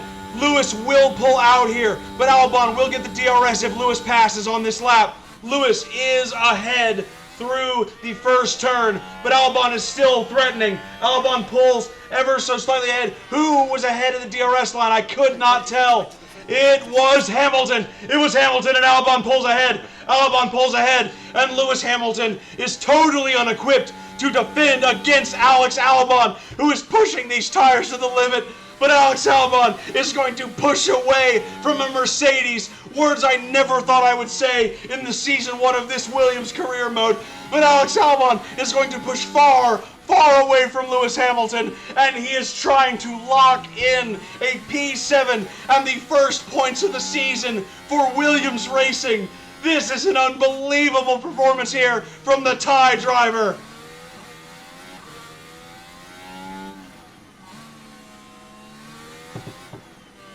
Now, Hamilton doing everything he can to stick with him, but Albon will have a little bit of extra deploy here in the third sector. He is going to try and push away on these soft tires for all they are worth.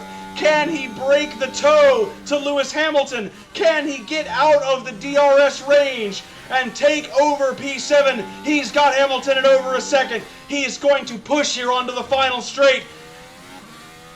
Hamilton is not in the DRS range. George Russell is in DRS range of Hamilton. He will have to defend. Alex Albon is clear. I repeat, Alex Albon is clear. I do not believe what I have seen today on the streets of Baku. But with 10 laps to go, Alex Albon has 2 points to his name, and he is looking for more.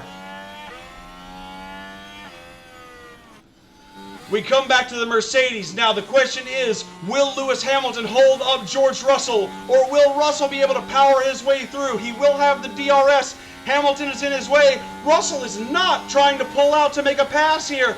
He is going to hold line astern behind the Mercedes, and that will enable Alex Albon to continue pushing away from the slower team, hampered by Hamilton's tires. This is a disaster for the German team. Now, Sargent, back to the back of the field. He finds himself yet again pulled up to this duel, but this time This time his tires are in range, and this time he will have a little bit of battery deploy to help him along in this race. Albon going to need to push the tires firmer. Hamilton trying to stick with him. Albon needs to get more pace into the tire to do everything he can to push ahead here. Sargent going to do the same, going back on the attack, and through Sector 2, he will deploy his battery. He will try and push his way through brute strength past Valtteri Bottas. He has gotten a nice release off the corner. He is very close to the finished driver. He is going to look through clean air here. It'll be a dangerous pass if he makes it, but he's got a chance. He is going to wait here. He is going to wait through the end of the lap. Now, Hamilton 1.7 behind Albon. Oh my goodness, Logan Sargent into the final corner. He sticks his tire in. He is abreast with Bottas, and he is pushing ahead using the battery. Logan Sargent looking for P16 here. They will both have DRS on Nico Hülkenberg, but will the raw speed of the Williams be enough to carry him past Bottas? So far it seems so. Sargent is wheel to wheel, following in the footsteps of his teammate ahead of him. But with the DRS, he is pulling away, he is pulling ahead, and he will have catbird position to try and pass Nico Hülkenberg on his medium tires. Both Williams starting to come good the longer this race continues. Now, Sargent is here. Sargent has got the speed. Sargent has got the DRS. Sargent is passing Hülkenberg. And unlike the Mercedes, there will be no fight back. And Logan Sargent is up to P15. 3 spots gained off the grid. Alex Albon ahead. 2 spots gained off the grid. This is an absolute masterclass from the Williams team. And at long last, I can finally breathe a little bit, although Hülkenberg is continuing to follow.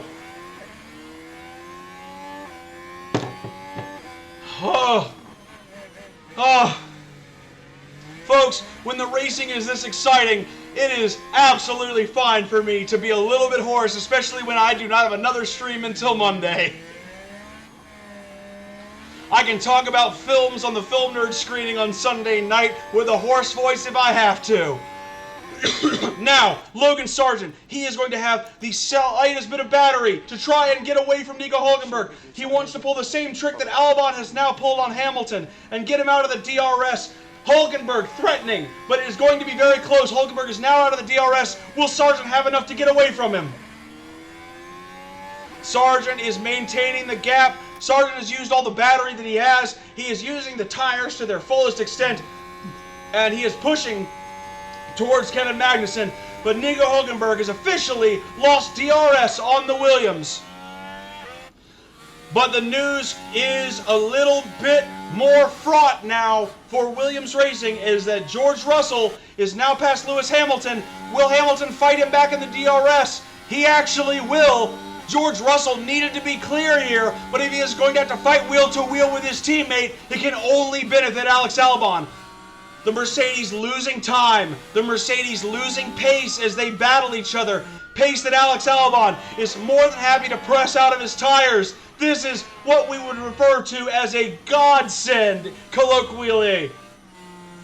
Hamilton continuing to press Russell, continuing to harangue the driver on his superior tires, continuing to push him through the most difficult sections of the track. This is absolutely outrageous by Mercedes here.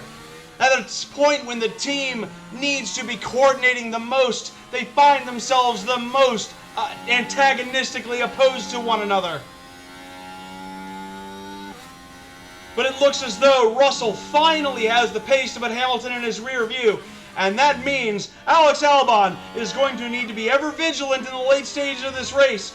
Russell's medium tire will come good here despite the soft tire pace, and he has every potential to threaten Alex Albon at the very end here. We are going to watch that gap of 3.3 seconds with great interest as we enter the late stages. But great interest right now is Logan Sargent. He has caught up to Kevin Magnussen, but he is in another DRS train here, caught up behind Lando Norris. Will he be able to engineer another magical pass of these two cars and perhaps get to a P13 on the starting grid for the Grand Prix? That, of course, more than just points. What is at stake here? The position in the end of this race is the position that you will start our next race. What a move! Oh no! Oh no! Logan Sargent is out of the race! Logan Sargent has crashed! You okay? He pushed his absolute heart out to try and get past Magnussen, but that will be the end of Logan Sargent's Grand Prix. Oh, a tragedy here in the late stages of the sprint race. The virtual safety car will preserve the gap between Russell and Albon. Albon will have a chance to cool his tires, a chance to press ahead and preserve this P7.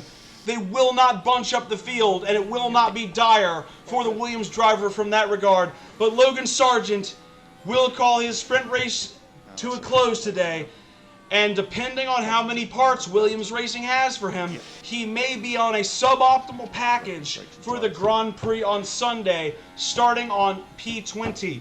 He may have to go for an alternative strategy, but it may be all Alex all the time on Sunday for Williams Racing. A hard pill to swallow for the rookie. But as we plow ever forward in this race, Alex Albon is going to hope with everything that he can. Oh, it is a full safety car now. It is in fact a full safety car. And this has gone from bad to worse, it has to be said, for Williams Racing here. And Sargent will have a meaningless time penalty for causing a collision. It has to be said, it is deserved. He did collide with Kevin Magnussen, but the safety car is the more pressing concern. Alex Albon has life in the tire, has the ability to press ever forward and to gun this thing with the extra fuel to the end of the race. He will harvest battery here to gain more back there, but the question remains, will he be able to preserve this vaunted position in the field? The superior tires behind him suddenly more of a concern.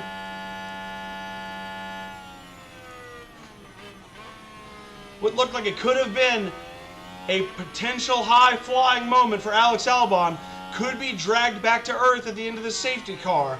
But we essentially now have a sprint race within a sprint race. When this safety car finally releases us, it will be 3, maybe 2 laps to the finish line. So we are going to do everything in our power, race our absolute pants off to preserve points here in the sprint race. Whether a P7 or a P8, Alex Albon will do everything in his power to hold this vaunted position up the grid at which he finds himself. And being able to cool the tires during this safety car period, a huge boon, which means that the window will be open for us to push ridiculously, egregiously off of these tires until the end of the race.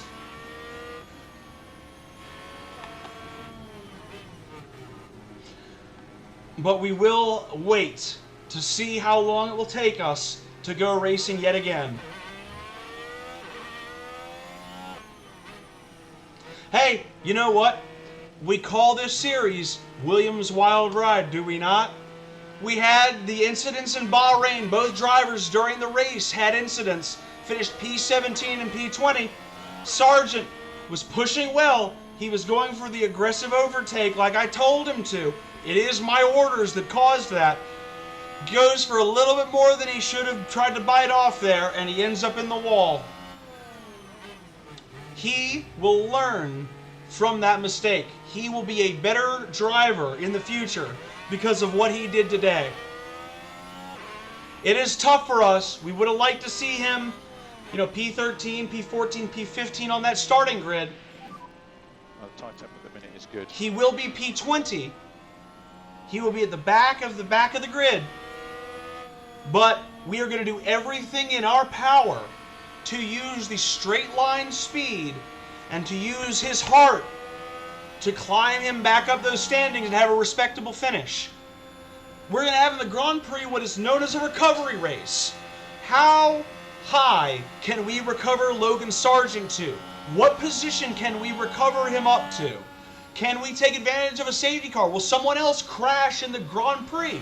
Maybe give him a chance to game the safety car a little bit. Maybe give him a chance to move forward where he might not have. We gotta keep the team positive, especially because we gotta stay positive for our man Alex right here in P7. He has done work for us today. He has driven a sensational race We got to bring him home with all the faith in the world. We are still in it, and we are still in the points. We are looking at a positive outcome if we can just hold on here. And what's more, because we pushed extra fuel out of our car that others didn't, we, like everybody, have excess fuel that we're all burning off, but Alex Albon's car is still half a kilogram lighter. And half a kilogram lighter when you are around quicker vehicles makes all the difference in the world. But if the safety car comes in this lap, it'll be 4 laps to the finish. 4 laps to push the crap out of this tire. 4 laps to see if Alex Albon can get us our first points of the season. Words we did not think we were going to be saying when qualifying finished up. We thought this was going to be a story of Alex Albon tumbling down the field, the way we did in Australia, the way we did in Jeddah, falling down from vaunted positions during the race because other cars have superior race pace to us right now. That has not been the case today. So far, this has been an absolute masterclass by our veteran, at this point, veteran driver. I would have loved to stay a virtual safety car, but we will make the most of what we have left in this race. The safety car may be staying out for 1 more lap, though. 1 more lap would be great, because then we just leave the battery open and we just push to Kingdom Come.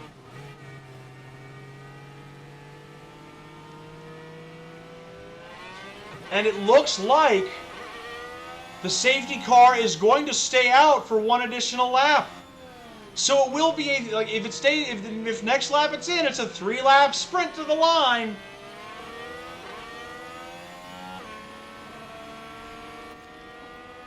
We've done all the overtaking I want to do in this race, so out of an abundance of caution, I will turn Albon's overtaking aggression down to medium. But in terms of car pace, he's going to have all the tires, he's going to have all the fuel, and he's going to have all the battery. Let's see what we can do. I am going to take a quick cheeky second to refill my water because I need it.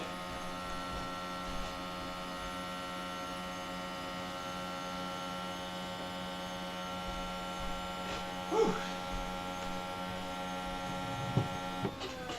All right. Let's go around for 1 more lap.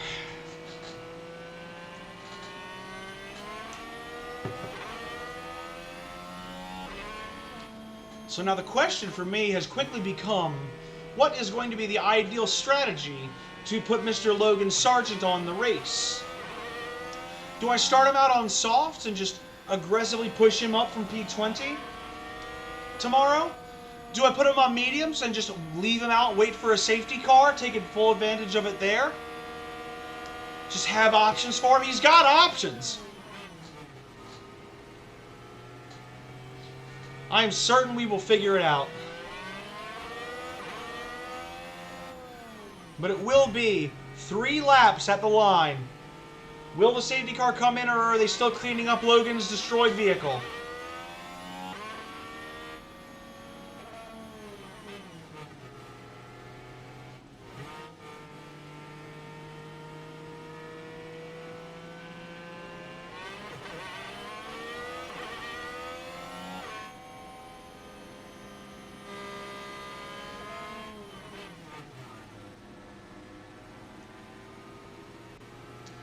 Of course, the other mitigating factor is we might have to put Logan on some suboptimal car parts if we don't have the spares available for him. That was a big whack. I need to know what he injured on his car, because some of those parts have now failed. They are destroyed. So it may be I have to put him on an old build. I don't like it, but I have faith in him as a driver.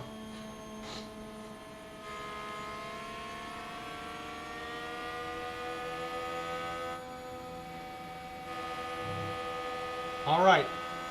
Will the safety car come in?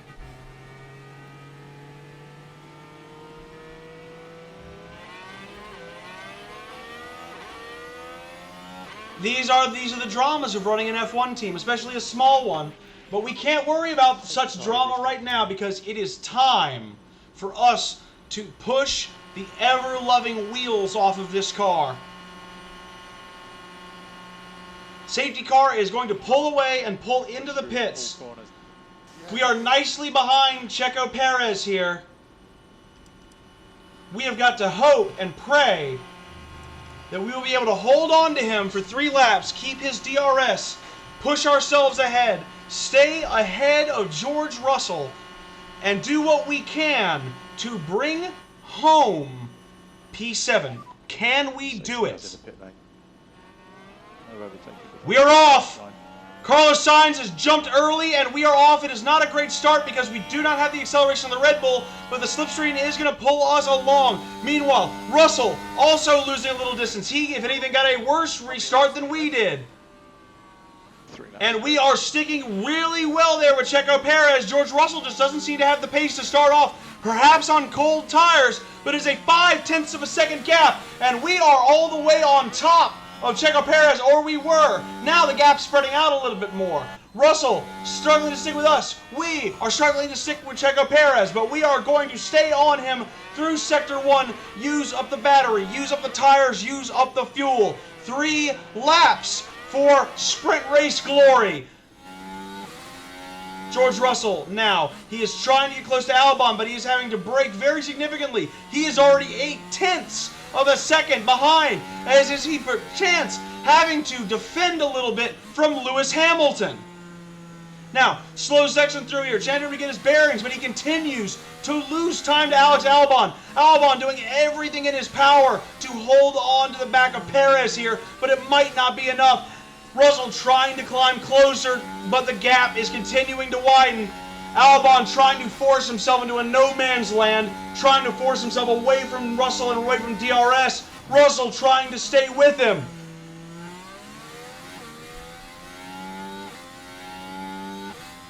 Now Albon, he is still sticking with Perez barely. He is going to try and get DRS through the first part of the next lap. If he can do so, he might be able to slightly hold Russell at bay here and save battery for the final lap. It's going to be a real test of will here. Russell is holding the gap. Albon is holding the gap. DRS will be enabled, but will Albon be able to have it on this lap? Inconclusive here as we go through the first turn. He tries to get all the push he can. Albon is going to have DRS on Checo Perez. And that might be enough. That might be enough to push him forward here. We will have to see through the last 2 laps. Russell is out of DRS now. He had the push early. He doesn't have it now. He is going to do everything he can to get on the back of Albon. Albon is sticking to Perez. Into the chicane we go. Albon is continuing to stick on Checo, who it must be said is struggling to stick on the back of Fernando Alonso. Russell, his gap is almost a second. Albon continues to push. He does not care about what remains of his tires. He just wants to get to the end on P7. Russell is out of DRS range. Albon continues to push. He is going to need to save battery, but he continues to push for now. He is within 0.7 of Checo Perez. Checo Perez has lost DRS to Fernando Alonso. Could we see, of all things, shock of shocks, could we see a P6 from Alexander Albon? We have 1 lap to find out. Perez just now sticking with the Astons. He has just clawed back with superior acceleration his way into the DRS. Albon will also get towed along, as will Russell, as will Hamilton. It is a train here onto the final lap, but there might be just enough between Albon and Russell here to preserve position.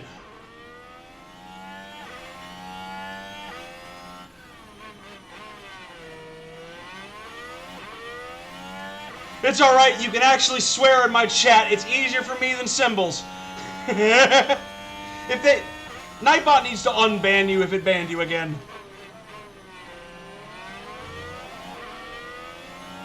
Oh, it's a warning. Good. I don't have to resend a timeout. If it makes me go into my mod tools on the final lap, I'd be apoplectic. But meanwhile, Alex Albon, while I was paying attention, he is right on the back of Checo. I do not believe it. And he will have the battery to press. Oh my God. That was very close to both Williams cars being out of the race. He almost rear-ends Checo as they go into Sector 2 here, but he has managed to stick with the Red Bull. He has got battery to try and push at the end of the lap here. Alex Albon, he was only looking at 2 points. Can he get 3? The Red Bull is the best car on the grid. The Williams is in the back half. It's in a midfield car. This should not be happening, and yet it is. And yet Alex Albon into the final corner. He is right behind Checo. He has used all the battery he can. He is going to be alongside him. He's going to have the DRS. Can he get into clean air? Can he beat him to the finish line? I am on the edge of my seat, ladies and gentlemen. He is behind. He is going to get the DRS. Now he will pull alongside. He is just not quite going to get there, but it will be a P7 for Williams. A P7 means 2 points in the sprint race. It means a P7 on the Grand Prix grid for Alexander Albon. And it means the best result of Williams' young season, catapulting them all the way to 6th in the Constructors' Championship standings. What an unbelievable race for Williams here in the sprint. Even finished the sprint here today. Oh man. A tale of 2 races. Alex Albon climbs bravely ahead of the Mercedes. I still do not know why.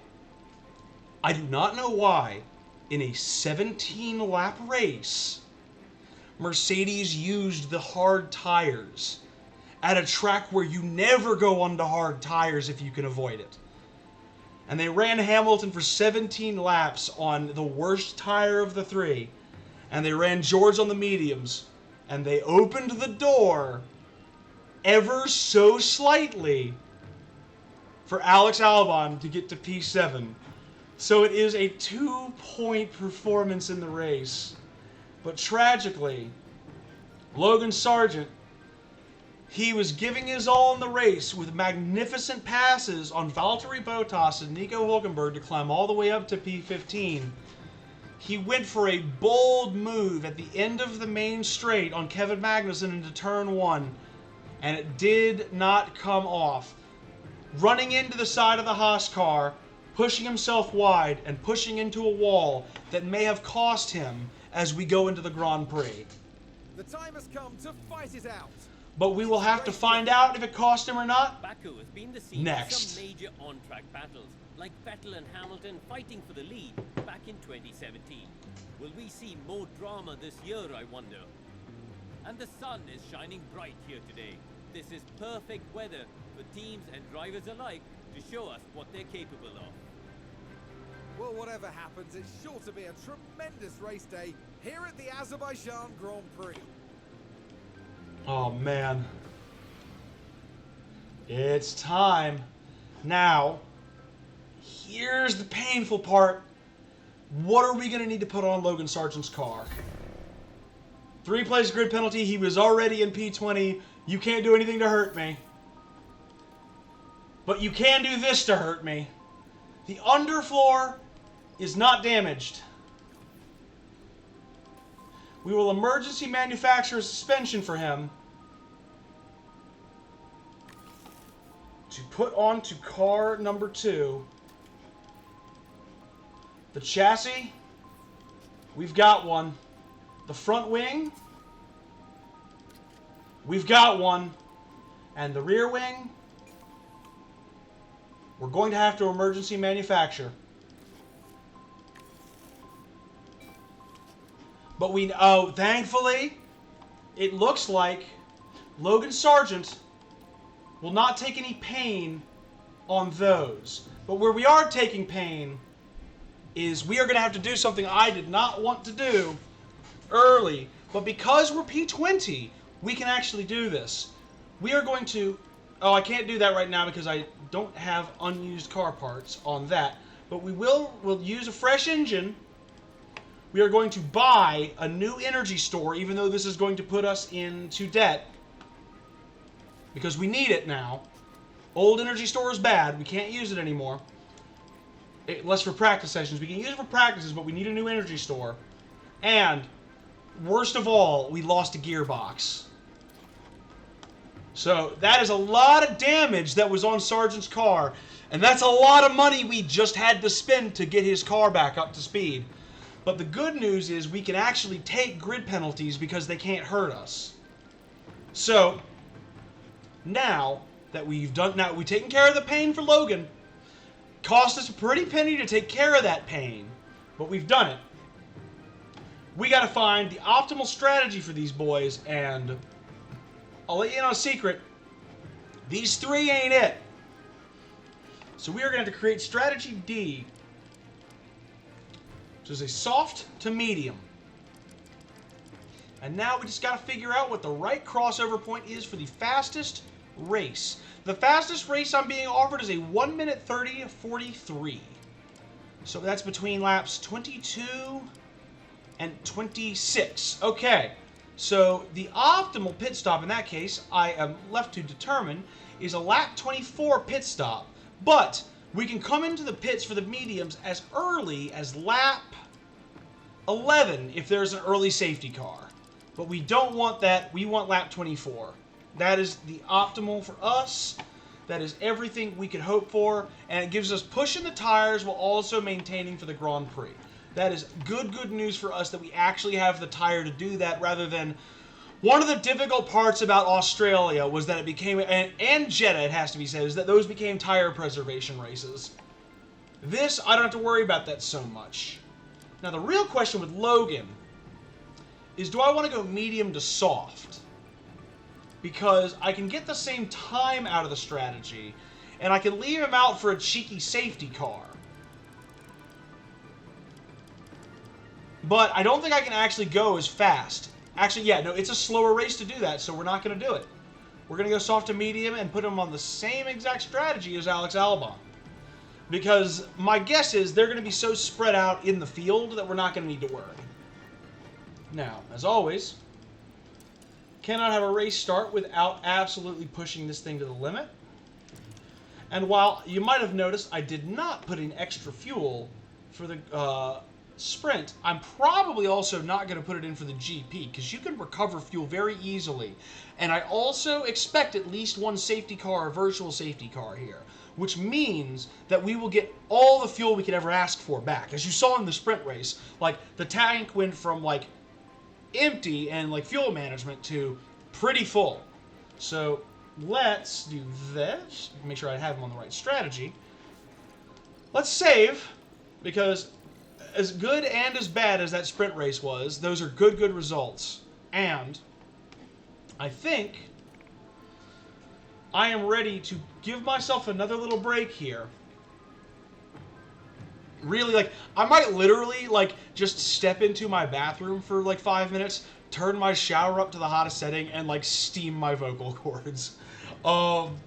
Because, like, I'm definitely going to pay for this in the morning. But I am right now having too much fun with this, and the greatest fun of the weekend is obviously yet to come, because coming up next, you saw the sprint race. It is fast approaching time for the main event of your Friday night. Coming up next, we go officially racing in the streets of Baku, and it is for all the points. Ladies and gentlemen, the Azerbaijan Grand Prix is coming up right after this short break.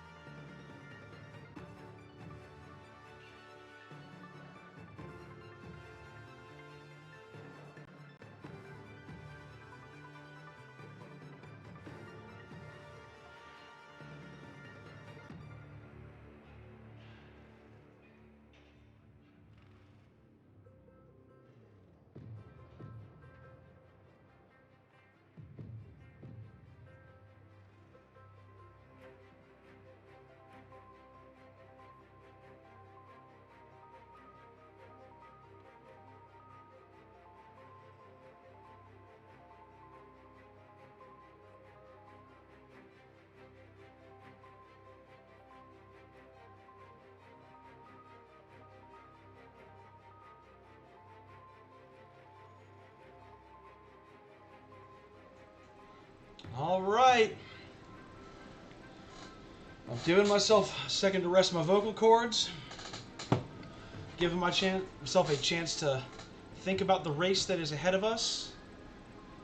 And I think it's time to make sure, first off, because I can't quite remember if I saved before. Yes, I did save before we did all this.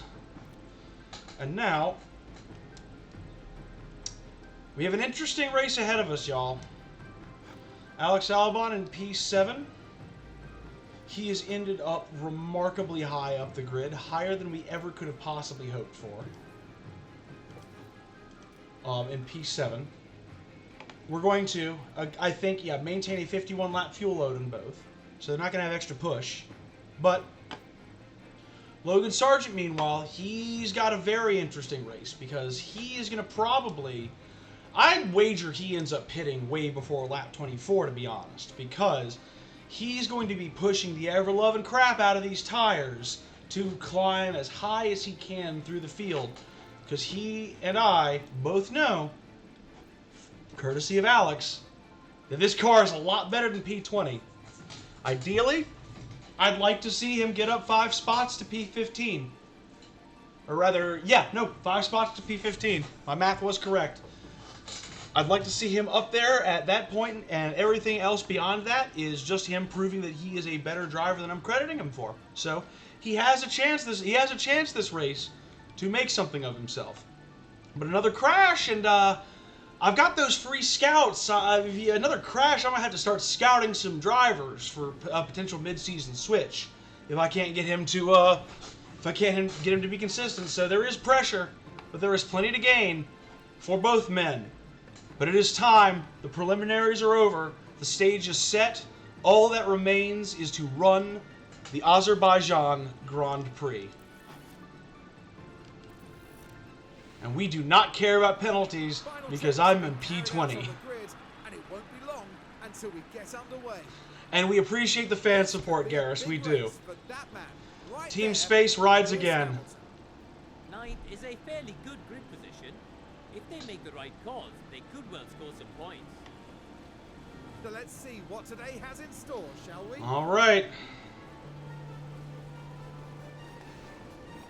Here we go with the Azerbaijan Grand Prix. Now, as usual, we're going to give them the ERS assist, but we're not going to give them aggressive overtakes right now. We are all about holding position today, not trying to be too forceful with Alex Albon, who has had a good start. He is abreast of Russell. Russell, once again, on the medium tire in favor of Albon's softs. And it looks like, once again, we might be able to push forward in this race on a superior brand of tire, using the superior pace of the cars around us against them while we have better tires. So we shall see. But it is a holding of serve, as it were, for both Alexander Albon and Logan Sargent through Sector 1. Sargent in P20, Albon in P8. They have all the tire and all the fuel at disposal they would like for the first 3 laps. Until they get to DRS, it is full aggression. Albon finding himself more in a position to defend against Hamilton rather than press against Russell. Traffic here will help, as will some brave braking. But right now, it is a question whether or not Albon is going to hold on to DRS in a 2-lap span. Remember, of course, DRS turns on at the end of lap 1 during a sprint race, but it turns on at the end of lap 2 during a Grand Prix. And with that in mind, Albon may actually fall off the back of the superior Mercedes cars in a longer race, especially with the fuel loads that are being carried.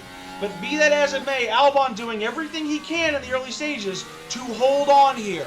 And unlike many tracks, you actually get a DRS zone early on lap 3 rather than having to go all the way around the track to get a DRS zone. So, Albon could have the ability to get pulled along in this race if he can just hold on to one of the Mercedes cars.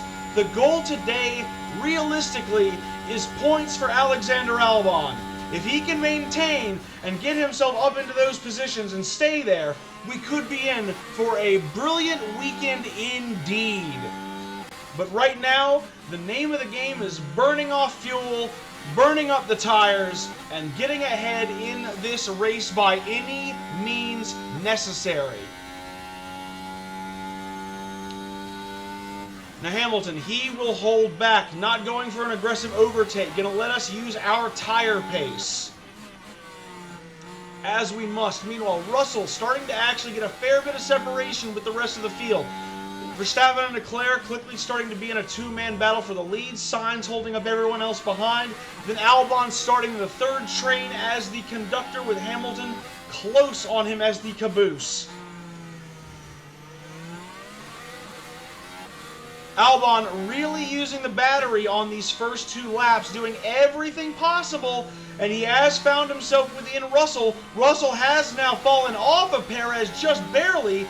Albon actually sticking to the Mercedes cars yet again here. Meanwhile, Sargent doing everything he can in the back, but he has fallen off slightly. As of his tires, he's actually going to have to go onto a slower pace right now. Albon actually threatening.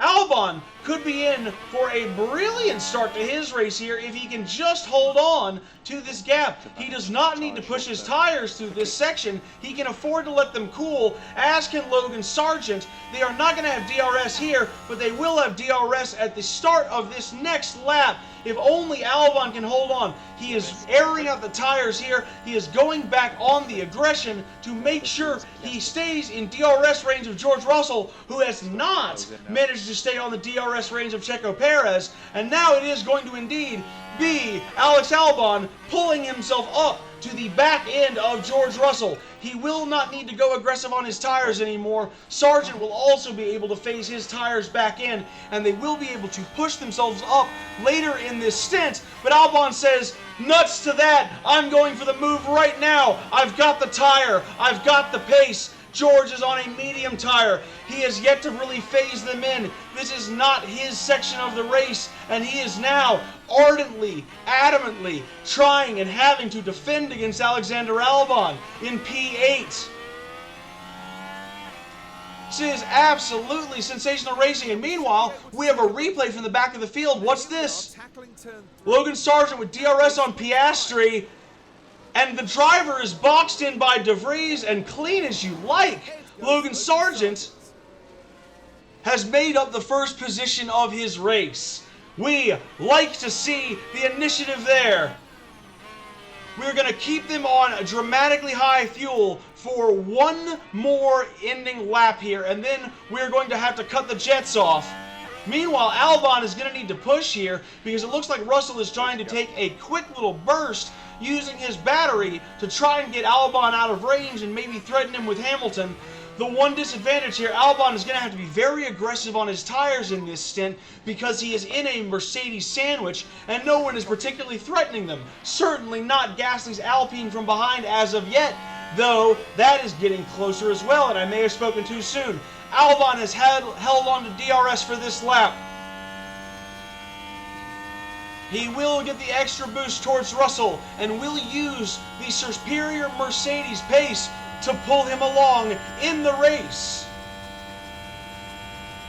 And the longer he is able to do this, the longer he is able to pose this challenge to George Russell in P7, the longer the Mercedes cadre will pull him further away from Pierre Gasly and potentially give Albon the opportunity to be a P9 or a P10 when all is said and done. This is a brilliant start here for the Williams Racing Team, but it will also be the end of the push on both of their engines. They are now in fuel save mode, along with the rest. And there is a wreck! There is a wreck ahead of us! Checo Perez has come off! He has come off in front of...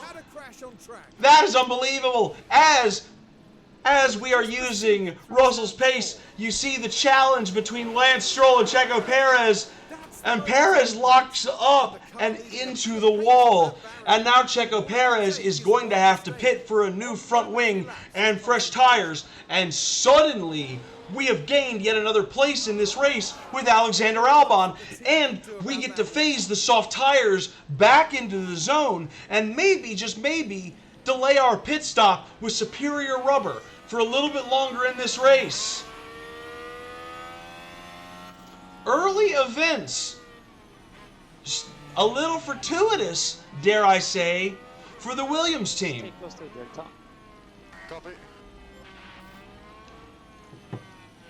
And we are going to stay out here.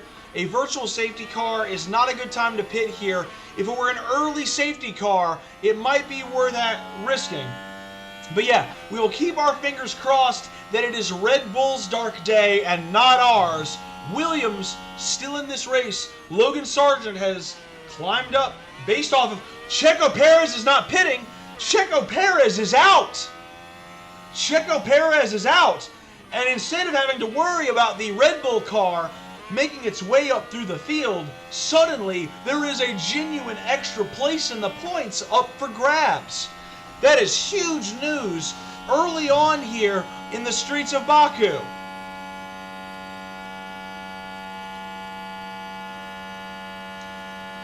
And as stated on the virtual safety car, there will be no pit stops. Everybody just going to recover battery, recover tire, and get ready to go on a second jump into the heat of this race. The question is, when will Checo Perez Red Bull be cleared off the track? And when will it be safe for our competitors to go racing once more? As it stands, Albon just holding on to the barest hints of DRS range on George Russell. If we get a good jump off the safety car, we may be able to do that while also leaving Hamilton behind a little bit.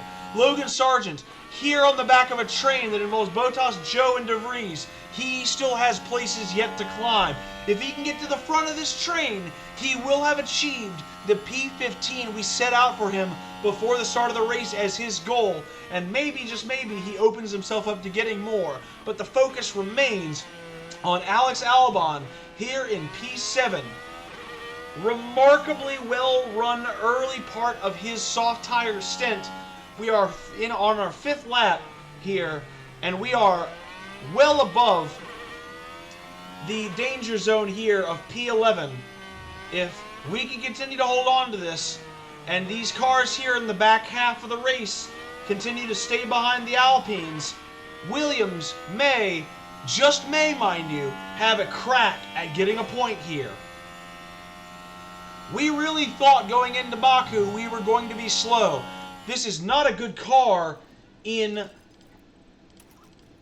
the low-speed corners, but we have just received a bit of a kiss on the cheek here, because if I'm right, we may time out the safety car to get a full run down the main straight.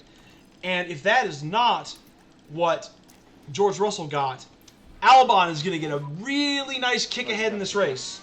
Let's see. It's time to go racing. Where will we end up? Green flag right as we go through the last corner. It could not have been a better restart for Alexander Albon. He has left Hamilton in the dust. He is right on the tail of George Russell. There will be no DRS for Hamilton. There will be DRS for Alex Albon. And all of a sudden, Alex Albon has gotten an absolute kiss on the lips from the safety car. And Alex Albon is trudging ahead. Alex Albon has put his nose ahead of Russell, and there's nothing Russell can do right now. He's on the softs. We have the battery to match him. He's going to try and fight back with DRS here, but it looks like, unbelievably, Alex Albon is he's going to be fought for P6, but he's going to hold P6. I do not believe the weekend we are seeing, and meanwhile Logan Sargent says, let me get a piece of that. Let me get a piece of that P17. And Williams are trying to scratch and claw their way up this field. He is clear of De Vries. Albon is clear of Russell. He is pushing ahead as hard as he possibly can. I'm going to need more water in another lap and a half. I am absolutely on my last nerve, and we're 6 laps in. Russell cannot push with Albon. Russell is falling off the pace. Can Alexander Albon get DRS off of the Astons? Surely not. And unbelievably, Russell is going to... Yes, Russell has fallen off of DRS pace here, and Alexander Albon is suddenly on the back end of the Aston Martins. I do not believe it. He is pulling away in this race from George Russell. He is pulling away on the DRS straights. He will have He will That's a joke. not have DRS on this straight, but he has pulled away. But meantime, Logan Sargent, he's got his nose in. He will wait for Guan Yu Zhou. He will wait to push forward. Albon now, he is going to have to worry about Russell here, but he is going to be able to move up towards the fight. Now, Logan Sargent, he has the DRS. He has moved out into the clean air. We said that we were shooting for P15. Logan Sargent is P16. Or is he? He is getting a fight back for all he is worth from Guan Yu Zhou. Guan Yu Zhou still using his battery, it would seem. And Guan Yu Zhou is living to fight another day, but Logan Sargent pushing the tire in here, pushing forward, and he has gotten his nose in yet again. This is a stern fight. You'd think it was for P1 or for the podium, and Logan Sargent has now pulled out from P16, but will Guan Yu Zhou get him? I'm literally losing words in my throat as Logan Sargent is P16. He has done it. There will be one last fight back from Guan Yu Zhou, but now he is forward in this race. Alexander Albon will have the barest of chances trying to get up into the back of the Aston Martin. Will not be able to do it here, and suddenly he's got to look behind rather than ahead. He will not have the DRS. Russell is pressing. Now, Russell has moved all the way to 4/10 back. He is going to fight here. Albon flying high in P6. Continuing to push that soft tire for everything it will give him. He is going to continue to push here on defense as we go in to Sector 1's end. Catching Russell a little bit off guard, but Russell will get the push up. Russell is going to pull alongside. Now Russell, will he get through here on Alexander Albon? It looks like Albon is going to hold him here as they move outside, and Albon has flummoxed the overtake attempt by George Russell. But Albon has now fallen a little bit further back. He's going to try and preserve the tires here through this sector. Meanwhile, Logan Sargent was not able to get past Valtteri Bottas in that sector. He too will try to bring the tires back into their window, try to get a little bit more pace out of them, with Russell threatening and with Sargent threatening on Valtteri Bottas. Unbelievable laps here for Williams Racing as we are on lap 8 of 51 here in Baku.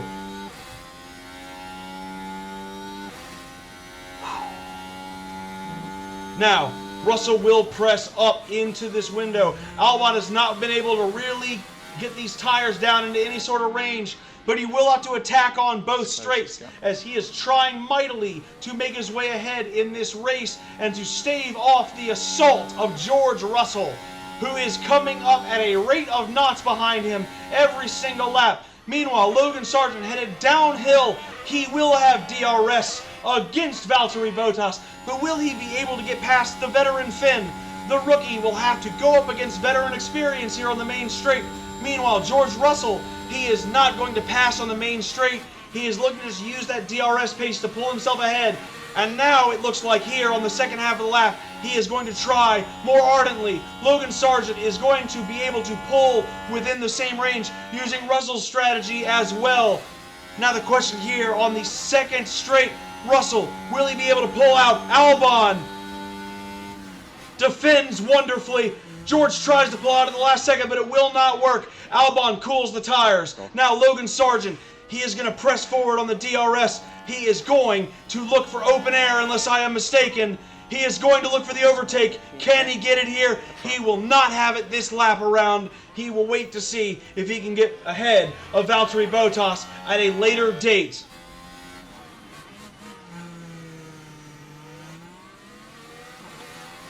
Now, as they continue to press on, you see the compression effect. Lewis Hamilton pushing for everything he's worth to try and get himself back up into the DRS of Russell. Meanwhile, Russell, flummoxed by the slower pace of the soft tire, it must be said, Albon has absolutely gutted his tire and is making the Mercedes really work for it on his mediums, trying to get past, because at every opportunity he is pushing himself onto that attack strategy and making it harder and harder for George Russell to get past him. Meanwhile, Sargent has fallen off here dramatically. It looks like Valtteri Bottas wants to try and push to put him in danger. Sargent will have to press. He will have to keep his tire in a dangerous window. We may see early pit stops from the Williams to stave off this assault. And it is an assault because right on the back bumper of Alex Albon is George Russell. He looks right. He looks left. It looks like he might have an opening on the inside. He does not. He has to pull in behind the Williams. Now, we continue. It is a double dose of terror for Alexander Albon as he continues up the straight here. Russell is going to push forward. Will he push to the left? He is not. He is going to stay behind in this convoy for the time being. Albon gets a respite. Meanwhile, Logan Sargent pushing with everything he's worth to try and get back in the range of Valtteri Bottas. But he will have to defend on Nick De Vries. It is not going to be pretty, but it looks like Logan Sargent, he is actually going to have to attack. I've made a mistake there. De Vries has the barest look, but now I can put them back on balanced strategy and really make them actually work their tires back into the window I need it to make sure that the Williams can actually push at the end of the lap when it is imperative to push this tire. Now, Albon recovering nicely here. I would like to see the same from Sargent so he can get back on the back end of Bottas. P16 and P6, the positions being held by Williams Racing Team. Go Team Space. But now, Albon is going to have to attack. He will need to defend here from George Russell. And Logan Sargent, likewise, going to have to attack here as he reaches the final stages of the lap. He must defend against De Vries. He must find a way to push back towards Valtteri Bottas.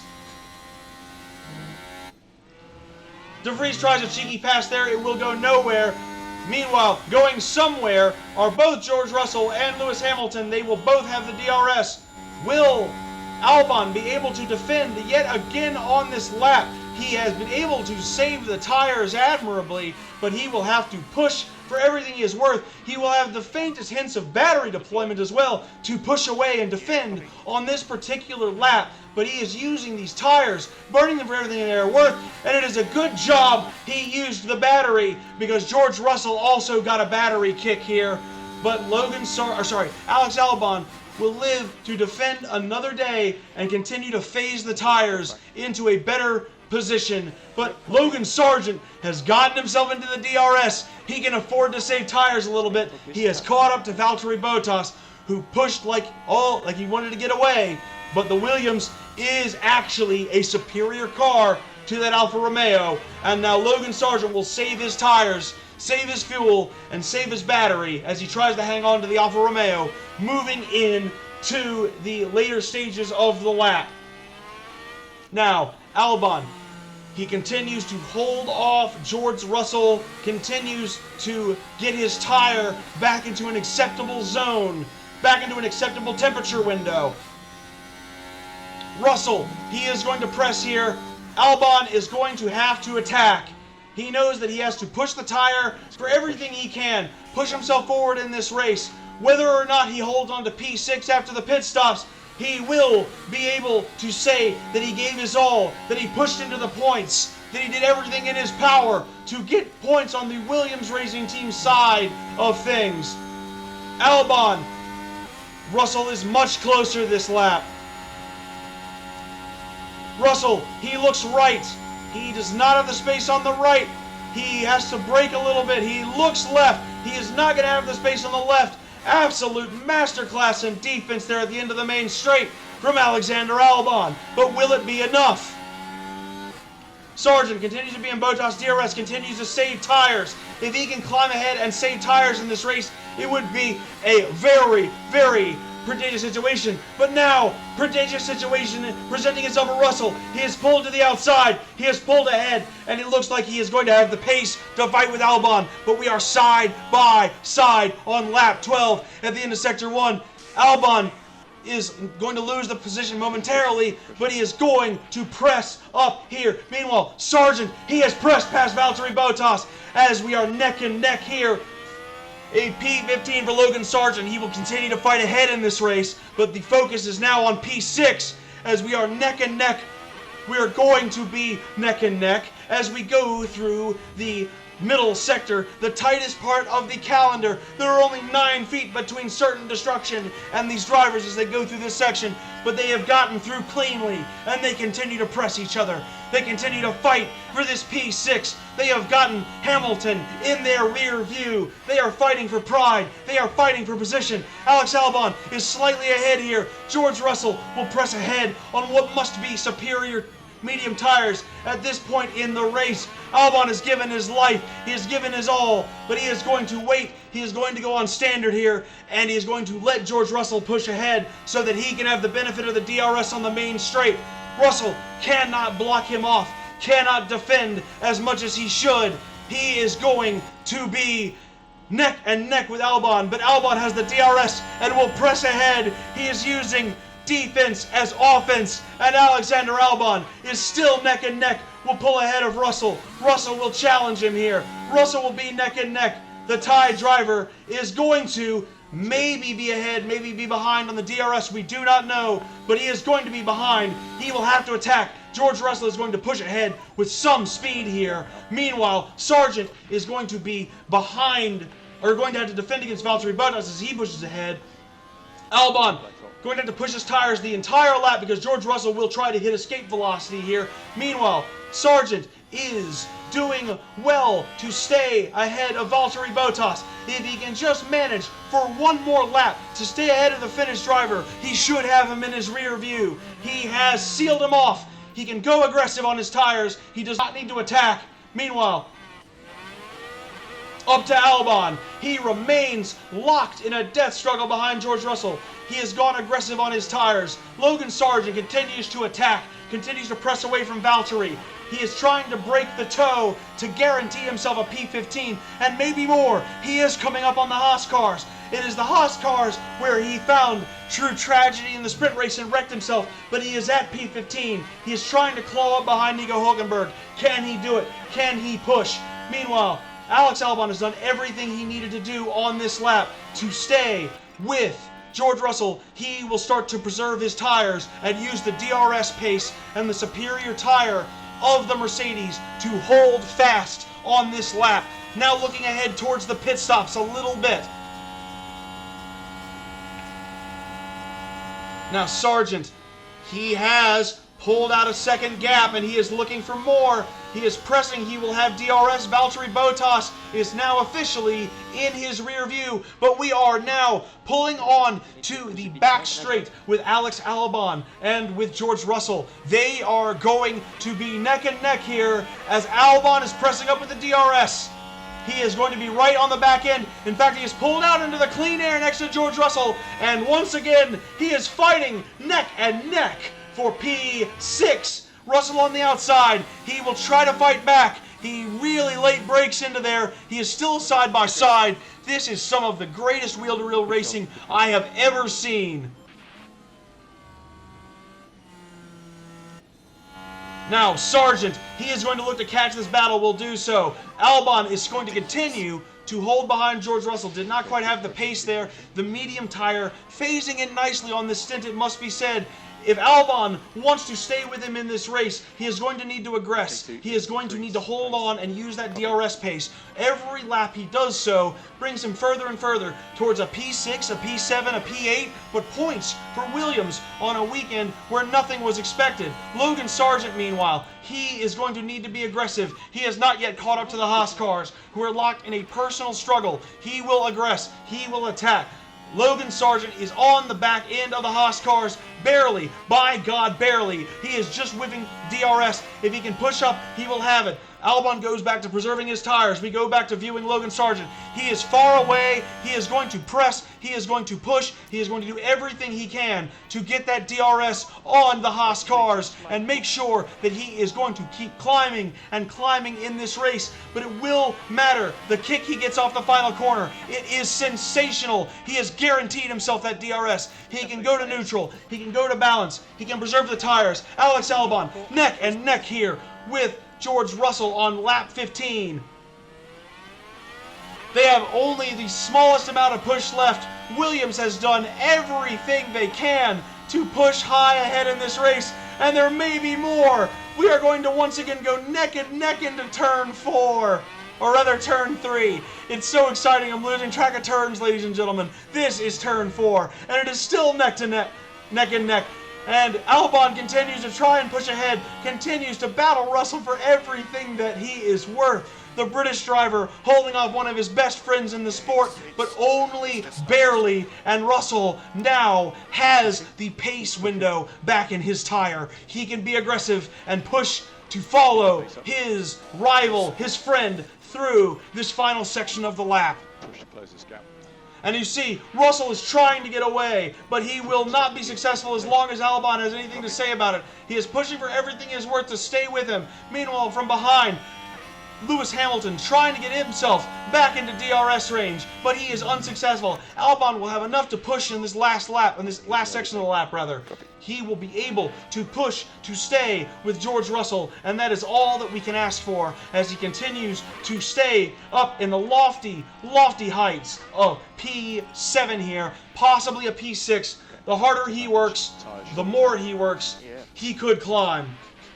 Now, meanwhile, Logan Sargent is right on the back of the Haas cars. He is not going to be aggressive, but he knows he is still on a superior tire here. He could get past Magnussen, but meanwhile, we are in the middle of a wheel-to-wheel battle at the end of the main straight. This is how Logan Sargent went out. Albon has to be careful. He just manages to hold the inside line, and he will have DRS as they go into turn 2. DRS coming on now here. Will Albon have an opportunity this time? This time he looks to have the DRS. This time he looks to have the energy. This time he looks to have the pace in the tires. Can he hold this position this time? Can he hold off George Russell? It's going to be neck and neck.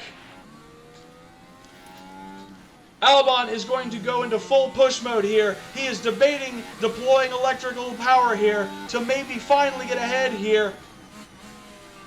In this same spot, Russell is pushed ahead every lap. This time, Albon holds in. Reduce lift and coast. Okay. Meanwhile, it's looking like it's going to be a failed overtake for Logan Sargent, but there's plenty of time for Logie Sarge to get into this race. Copy. The Sarge is going to continue to battle. Albon is going to continue to battle, and he's going to take a mighty kick off this corner. He is going to surge ahead, and all of a sudden, we have a P6 once again for Alex Albon. And the longer he holds back this race, the more he heats up the tires of his compatriot, or rather his rival, not his compatriot. He would have to have declared himself British, and of course, Albon famously raised in Britain, but declaring himself for the nation of Thailand. But the Thai driver continues to hold off George Russell, continues to abuse the tires for everything they are worth. It is going to be a magnificent run here into the turn 1 as we start lap 17 of this race. Sargent doing everything he can, but he has fallen back now. He has had to warm the tire, or cool the tires a little bit rather. Russell will not get the pass done on this straight. Albon's tires are on fire at this juncture. He may have to call an early pit stop. He may have to alter his strategy. But he is going to press once again, as now George Russell has the DRS. George Russell has the will. He has the desire to get past, and he has that outside line. Albon going to have to press, but George Russell is going to plow ahead. Albon fighting side by side with everything he is worth. These two are linked together like Batman and the Joker. But Albon will not get the better of George Russell at this point. His friend pulls out ahead of him, and he is going to have to continue to be aggressive as long as he needs to hold that DRS. But there will be a strategy change. Albon may find himself coming in around lap 21, lap 22, getting onto the medium tire early on. getting a dramatic undercut on the medium runners because he is quickly running out of tire. He is quickly running out of pace. Logan Sargent, on the other hand, he has the pace to push, and he is going to do so. He needs to get back on the back end of those Haas cars. That is his race now. He has P15 locked in, can run there as long as he'd like, but he wants more. He wants to climb up and say, I can do better than what I was assigned.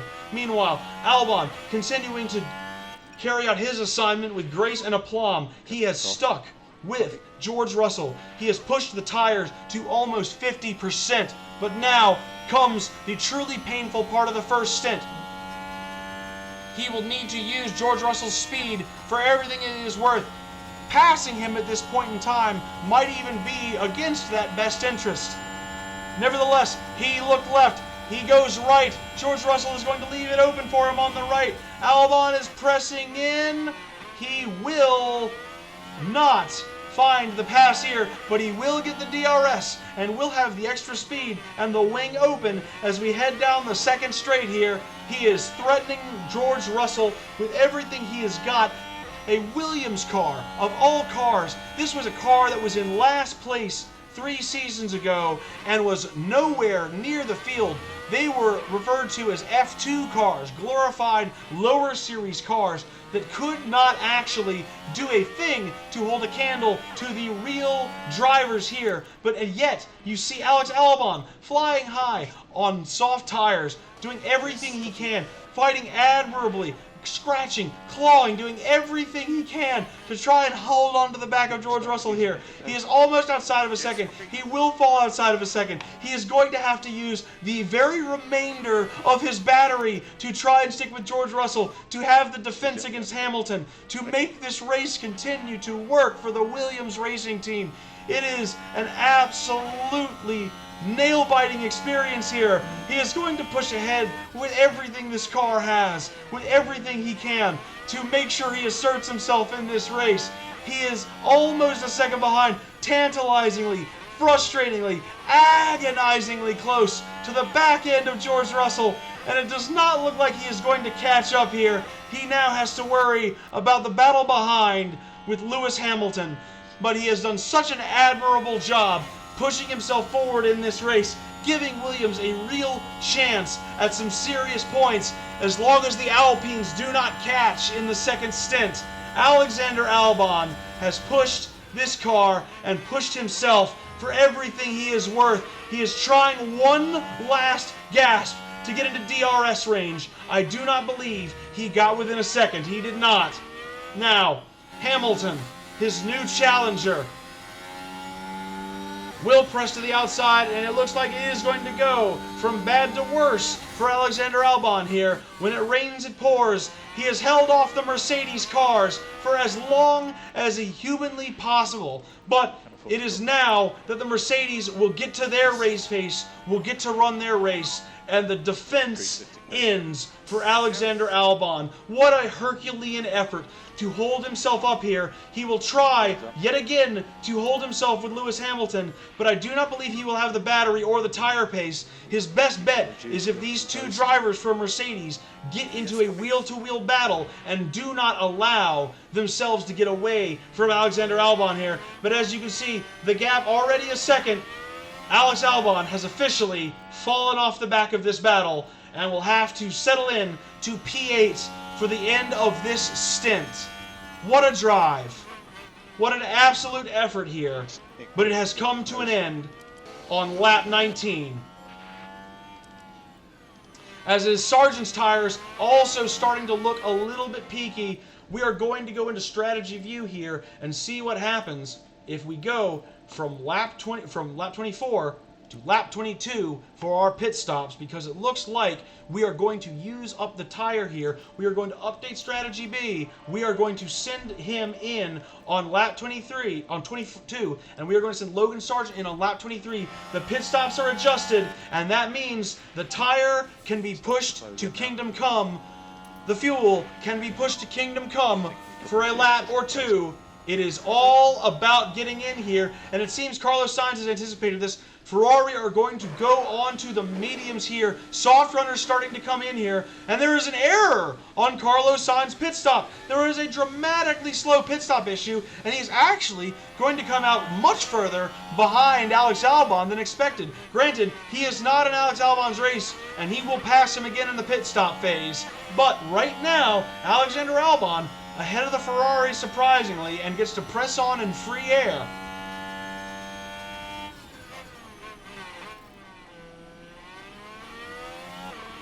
We now enter the more tactical, sedate phase of the race.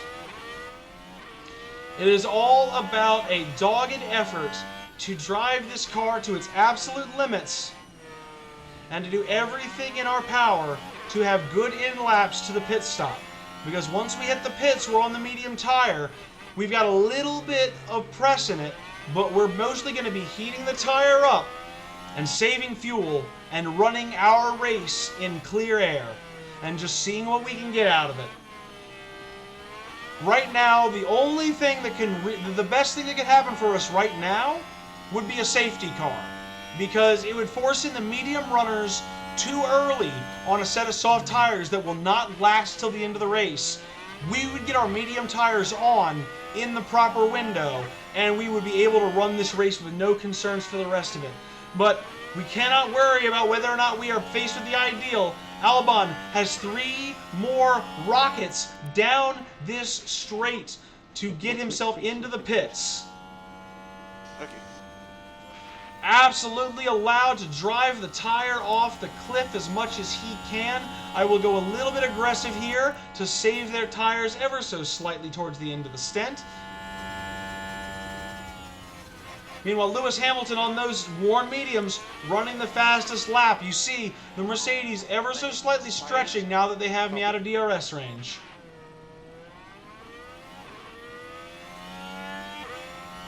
Now, ideally, we will be pitting, not this coming lap, but next lap. Bottas just PT. Valtteri Bottas, however, has just pit from behind us off of softs. That means Logan Sargent's hand will be forced, and he is going to pit a lap early to cover off the Finnish driver, attempting to make his race a little bit more difficult. Logan Sargent is now on his in-lap. We go to him live. The key here, not to preserve the tire, not to preserve fuel, not to preserve battery. You simply want to run the fastest lap you can into the pits. It's rare that you would pit a driver first who is behind in a race, but because we are covering off the pit stop of Valtteri Bottas and want to stay safely ahead of him and in clear air, we have no choice but to pit right now onto these tires. And as you can see, we are going to come out in P4, or rather, no, that's the Albon. We're going to come out in P19, which is where we need to come out. If we're lucky, I will push hard enough where we can get this car out into P18 and we can be successfully ahead of Piastri when we come out of the pits. Because if I have a 4.5 second gap to Guan Yu Zhou when he has yet to pit, we are in the money, ladies and gentlemen. But right now, Alexander Albon is coming around the corner for his, or he is rather on the main straight. He is allowed to push because he is on his pit lap. Suggest no light go into turn 1. And we will pit with Alexander Albon at the end of next lap, but Logan Sargent is the focus. He is coming in now. He has used the battery for all it is worth.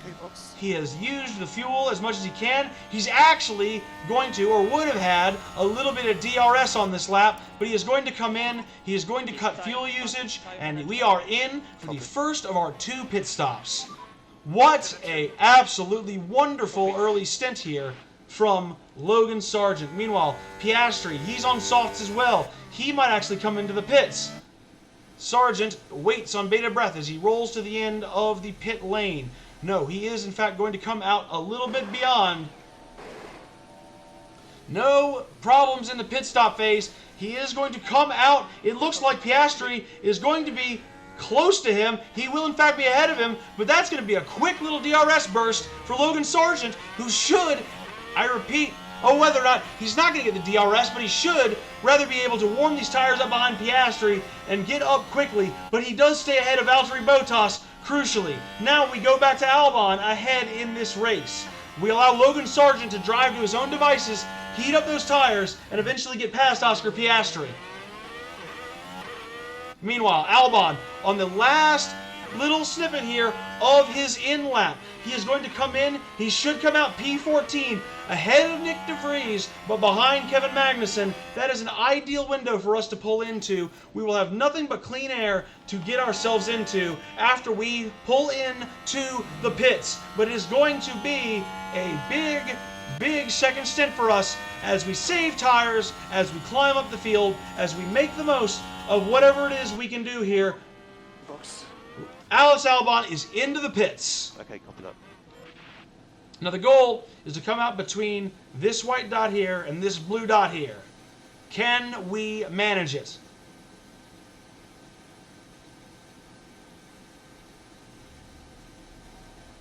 Logan Sargent has heated up his tires. He is 3/10 behind. He is going to use his own pace to get past. Now, meanwhile, oh no! It is actually a masterstroke from Alexander Albon. Not only has he come out ahead of De Vries, he's come out ahead of Lando Norris, Nico Hulkenberg, and Kevin Magnussen. Far higher in this race than his wildest dreams. And he will heat the tires under optimal conditions as he climbs up to Yuki Tsunoda in clear air. Unbelievable stuff. Meanwhile, Logan Sargent is all the way, and I do mean all the way, past Oscar Piastri. He will have to aggress here, though, to ensure that the McLaren driver does not get any ideas and does not try to pass him on this lap on inferior soft tires. He is going to pull up. He is going to threaten. He's going to pull slightly to the outside. But as you can see, Logan Sargent having none of that. P17 is locked in. He will move forward towards Guan Yu Zhou on old soft tires. But now Alex Albon, he continues to push on those cold tires. He will get extra push here as he tries to get up towards Tsunoda. He wants to have DRS here. He wants to have that extra push on the cold tires once they have phased in. He knows he's faster than Yuki Tsunoda. He knows he can get past him in this phase of the race. He is now exactly where he wants to be, and it is time for him to push up into a top 10 position, locked in as long as he can make this pit stop. This outlap work for him. He is getting DRS. Alex Albon is being pushed up further in the race. Logan Sargent continues to climb at a leisurely pace on his own in P17. Now, Albon, he is exactly where he needs to be, behind Yuki Tsunoda. He will aggress through here. He will push himself into a side-by-side with the Japanese driver, and it is now time for DRS, and goodbye, Mr. Tsunoda. Alex Albon, P10. After the pit stop phase, this is now, depending on where, as you can see, Gasly yet to pit, Ocon yet to pit, Russell yet to pit, Hamilton yet to pit, Stroll yet to pit, Alonso and Verstappen yet to pit. Depending on where those cars come out in this race, this is now our official position in the race. Meaning if we manage our tires, if we manage our race pace, we could legitimately have just locked in a points-paying position for Alexander Albon. We gotta get to the end. We gotta get to that final lap. We have to get to that checkered flag. But as of right now, Alex Albon has locked in a points-paying position. What a remarkable race from the Thai driver. I am in awe. And not only that, he has almost made up a full pit stops distance to Pierre Gasly, who is struggling on old soft tires. A remarkable race weekend from Alexander Albon.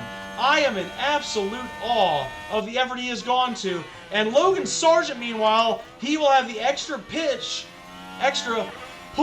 not pitch, necessary to get into the DRS of Guan Yu Zhou. And he will gain a full pit stop over the Chinese driver. Unbelievable scenes here in Baku, courtesy of Williams. And there are multiple pit stops here. Logan Sargent could climb to higher heights than we had ever anticipated. But first, he's got to find a way past Guan Yu Zhou. He is not going to pull out here. He thinks better of it, maybe thinking about the sprint race. He is going to come out in a head-to-head battle, it would seem, between Nico Hulkenberg and Guan Yu Zhou, but he will get the DRS. The cold tires heating up for Nico Hulkenberg. Sargent is going to drive in clean air. He is going to drive in clean air. He's going to not drive in clean air, not listen to me. He will stay abreast of this battle. Unlucky, it must be said, to not get past Nico Hulkenberg. We cut away to see Alex Albon running his race at a leisurely pace. He is trying to get up to Ocon before his pit stop. If that's the case, he will have a full pit stop on the Frenchman. Now, Logan Sargent, he's on better tires here than Zhou. He wants to press the advantage, but this fight ahead of him is rather ruining the beginning of his stint. Don't worry, that's fine. Letting Hulkenberg push away from him a little bit. Guan Yu Zhou acting every bit of a dickhead here, but there's nothing Logan Sargent can do about it right now, unless he truly puts his back into it. He is going to deploy, he is going to aggress, he is going to go to full feud. He refuses to be held behind Guan Yu Zhou any further in this race, and he is going to push out right now to make a big maneuver, and he pushes off the corner with everything he's got. He needs to catch Nico Hulkenberg right now and stay in the DRS. He's not going to do it here. Instead, he's got Guan Yu Zhou on his rear end on bad tires, but with DRS. He defends to the left. He wants to push up desperately, but Logan Sargent will slam the door. And there you see the difference in tire quality as Sargent is able to push ahead and start to put Guan Yu Zhou in his rear view, but he will need to hold him off for one more straight. Zhou is going to come close, but he has to hold serve from behind here. There will be no miracle on bad tires, and Logan Sargent will now phase his tires back in and save the fuel. Meanwhile, Albon now, he is being threatened by Yuki Tsunoda. Tsunoda likely on an in-lap. Rather than do anything drastic, he is simply going to just use this straight to pull away. As a reminder, we are on lap 26 for the Williams, lap 27 for the leaders in this race, still yet to pit. Now, Albon will continue to climb towards George Russell. Russell has come out on soft tires. It looks like Russell will indeed run his own race right now, as Ocon being threatened from behind on an old medium tire. It seems that he has made a grave mistake not going onto the softs to start this race. Ocon holding on to a gap. Russell will pass him. His only hope of continuing to stay ahead of Albon before his pit stop, mind you, is to hold on to the DRS of Russell. But is that possible, I wonder, on a bad medium tire? Because Ocon is on a 55% tire. That thing is wrecked. As you can see from behind with Tsunoda, who's doing everything in his power to try to hold on, but finds himself without the wing open and no DRS. And at this point, I'm going to get the new glass of water because I need it. 1 second.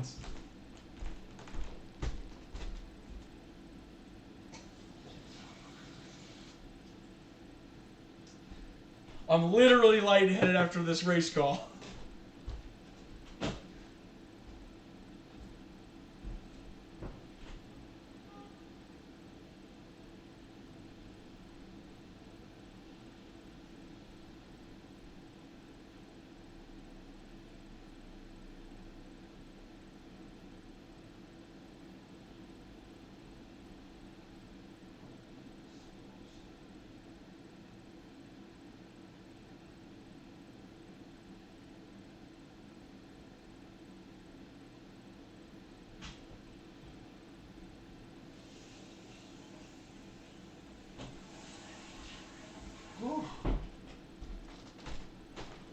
Oh my goodness gracious. Holy crap.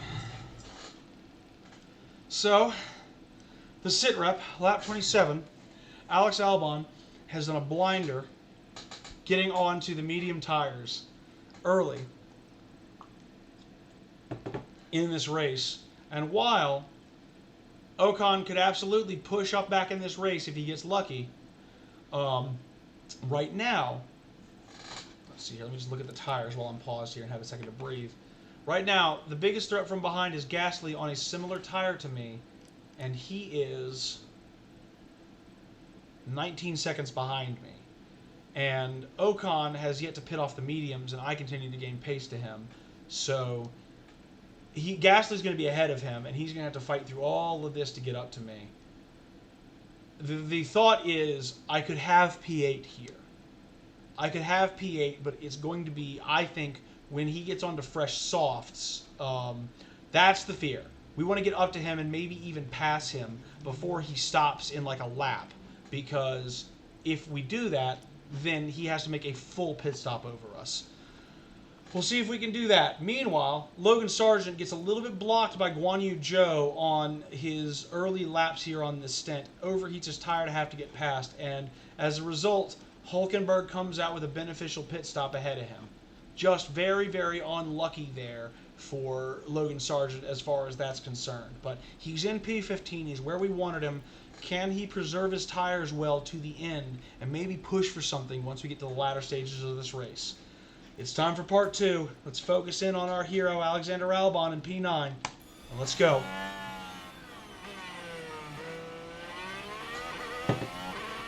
Yuki Tsunoda really trying to hold on here, but the tires are just very dead. Albon's are phasing into the right temperature window nicely.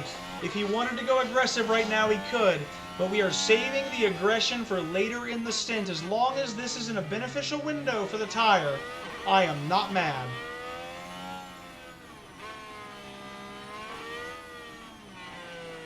Now, Tsunoda is really trying to press here, I think. Is he going to use electricity off the corner? He is not. So Albon is just clear. Albon is smooth sailing right now. Ocon is notorious for stretching tires. He's probably stretching his tires too long here. Hamilton is now in off the mediums. He should come out just ahead of me.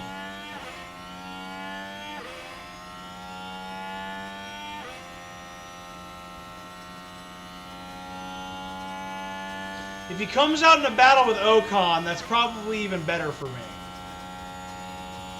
But he's not going to. He's going to come out in a battle with Russell.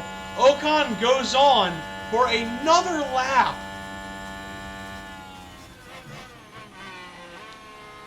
Surely Esteban knows that with every lap he does this, he is diminishing his chances of finishing high up in this race.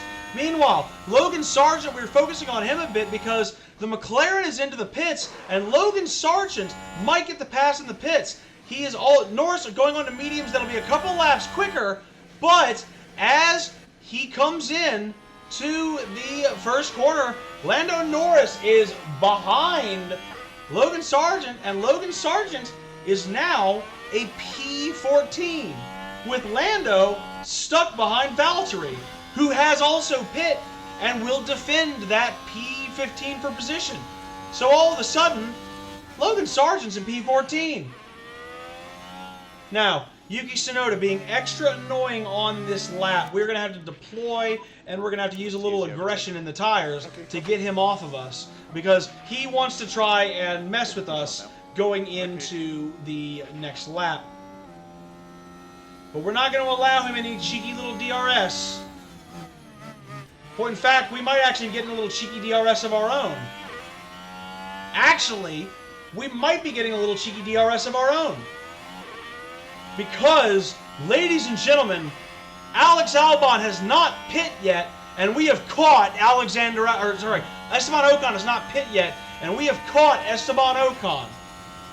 If he pits now, we still get DRS. But he does pit. On his pit lap, he gives us DRS. And all of a sudden, Ocon is a literal pit stop behind. He will be on infinitely better tires for the final 23 laps of this race. But I'm going to be over 20 seconds ahead of him. In fact, he's about to go to war with Kevin Magnussen on terrible tires. Meanwhile, Gasly, who has heated up his tires, is going to have a chance to catch. But this is the race now. This is the race, is holding positions.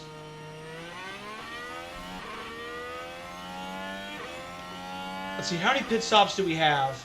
Everybody except for our two race leaders, Verstappen and Alonso, Tsunoda and Magnussen, have pit. So when Tsunoda and Magnussen pit, likely on the next lap, because their tires are old, then Ocon will be free to run up towards me. But he's a good 17 seconds behind. Let's hear. 17, 18 seconds behind. So he's going to have to abuse his stuff. Whereas we can save tires, we can save fuel, we can build up electricity in our battery, so that when Ocon finally catches us, we can fight him. Esteban Ocon is going to have to push all of the life out of his tires. He is going to have to work hard to try and get up to us to challenge for P8. And that is where we have an advantage in this stint. We do not have to use our tires. Esteban Ocon has to use his. And he also has failed on his hot lap, or his pit opening lap of the second stint, on a better tire than Kevin Magnussen to get within DRS. He will have no DRS assistance getting up to me. And Magnussen is going to pit, so he has no hope of DRS assistance because he is not going to get up to Tsunoda. That's astonishing. Ocon has absolutely botched his race strategy, and we have got to keep our fingers crossed that he is going to chew up that soft tire to try and reach us. He is on a 97% soft, and he can work that and use that to the end of the race. We just have to hope he actually uses it, because we want to see, meanwhile, Magnussen with a pit stop issue.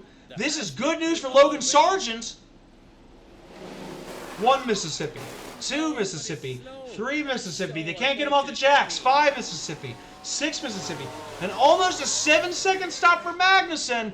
And all of a sudden, Logan Sargent is P13. And he is locked in ahead of Valtteri Bottas in superior machinery. To think, Logan Sargent, at the end of the sprint race, we were in trouble. We had to buy emergency parts to make sure Logan Sargent could run on the actual equipment package for this weekend. And he has responded with peak confidence and climbed from P20 on the grid. And granted, Perez don't really count as an overtake, but he has overtaken 6 cars, whether through pit stops or through on-track overtakes. And he is now sitting pretty in P13. And depending on how badly Hulkenberg burns out his tires, I don't think we'll catch him, but P13 for Logan Sargent is a dream. To match his Melbourne performance off the back of the grid, that is a great response. And Tsunoda has finally come in. He stayed out 30 laps, because lap 31 is starting now. He stayed out 30 laps on that medium tire. What has that done for his race? Will Logan Sargent catch Yuki Tsunoda? There is no issue in Yuki's pit stop. Sargent is threatening. Sargent is not going to get there. Yuki is going to come out ahead of him, and Logan Sargent will have to settle in to P13, or at least he thinks he does, because all of a sudden, Lando Norris is pushed ahead of Valtteri Bottas, and now Lando Norris, on slightly better mediums, might threaten Logan Sargent. I might have to do defense there. But as you can see, we have 20 laps to go at the line, and Esteban Ocon is 17 seconds behind. If he catches me at a rate of 1 second a lap, he will be on top of me in the final stages of this race. The question is, will he push the tire?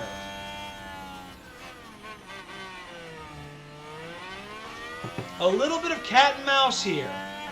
And of course, the great news for Alex Albon, even if there is a safety car, the gap I currently have on Ocon, I can get a free pit stop, but only in the next couple of laps. In the next couple of laps, if somebody wrecks, I can pit for fresh softs, and I can get away with it. But as it stands, it is now lap 32. 20 laps to go. Ocon has done a very fast lap. See, last lap for Albon, 148.3. Ocon is going to come across with a 146.3. He is now pushing the tires because he is on his softs 2 seconds a lap faster than I am.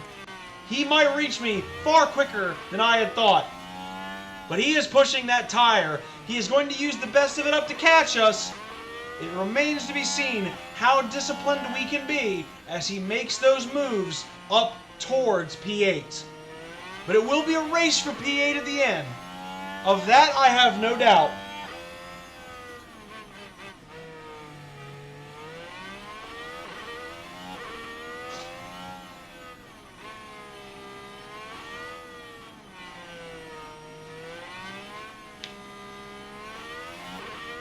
The good news, again, Alex Albon saving that battery up.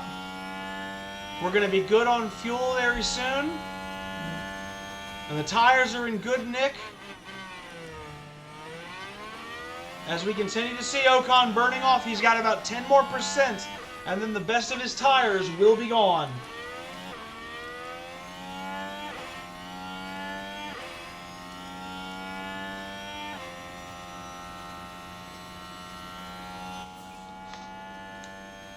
We have flown high today, have we?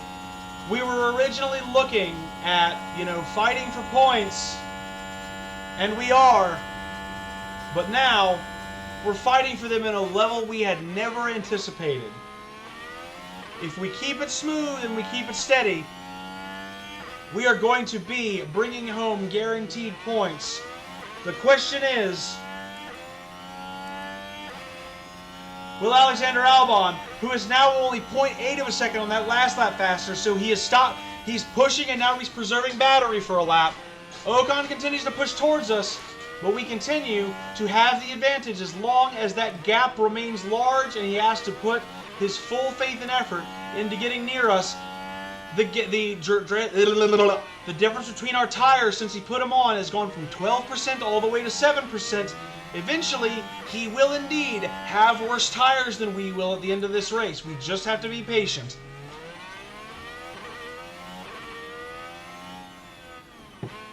But so far, if this can hold, if Albon can drive these last 18 and a bit laps, as well as he has driven today, we could come home with P8 and a banner day for Williams Racing and Team Space, the main sponsor of this team. We're the ones putting the money in. We're the ones putting the time and effort into raising Williams up. No one else would do it. So Team Space is on the mission. Now, Ocon continues to make up that gap, continues to press, but Albon is responding by just chugging along the way that he knows he can. Not concerned about the top 7. He is 14 seconds and falling away from Russell. That is not the fight. The fight will be if Esteban Ocon can continue to catch. It looks like he is going to run a very, very nice last lap. And he comes across here with a 148.1. So again, only 0.8 of a second faster than Albon. That is not enough right now. He might get up behind him, but he will not be able to pass if that is all he's going to make up. And the fans are responding to this performance here by Williams. The fans in chat are proud of how these boys have performed today. It has been a beautiful beautiful, dogged performance from Alex Albon.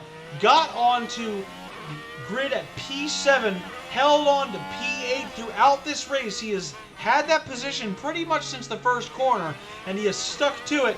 Meanwhile, Logan Sargent, P20, horrible sprint race.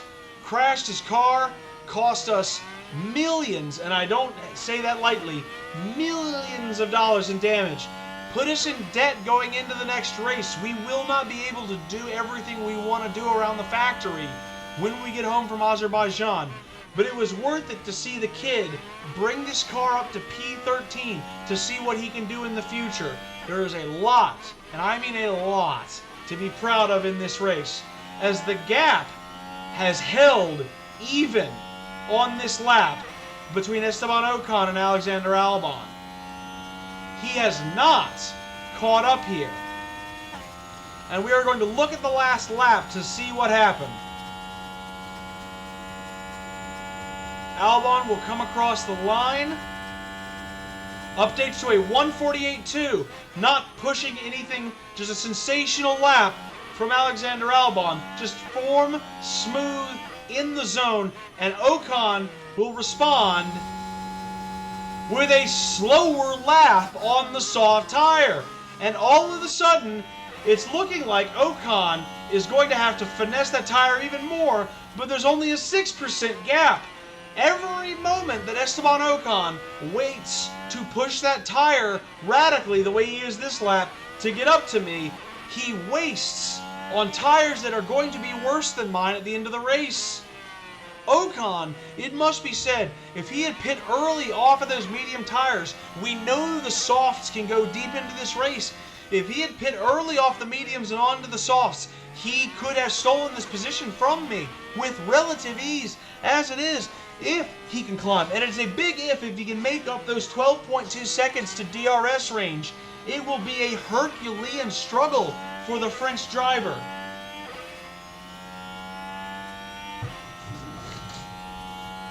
Meanwhile, I've dropped something here.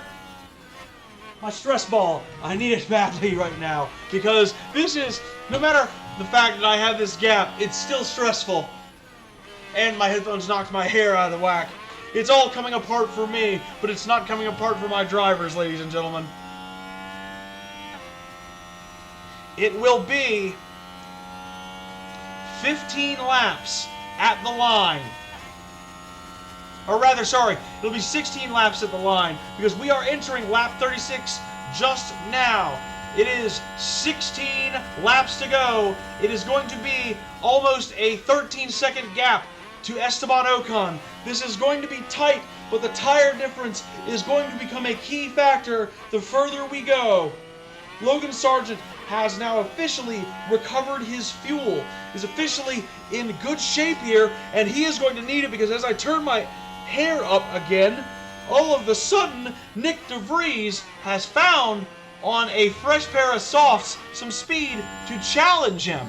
And we are going to have to briefly cut back here because a P13 that looked like it was potentially all but certain is now going to need to be defended zealously and jealously by Logan Sargent. He is going to push here and try to say goodbye to the AlphaTauri, the worst car, it must be said, who just happens to be on a good set of tires.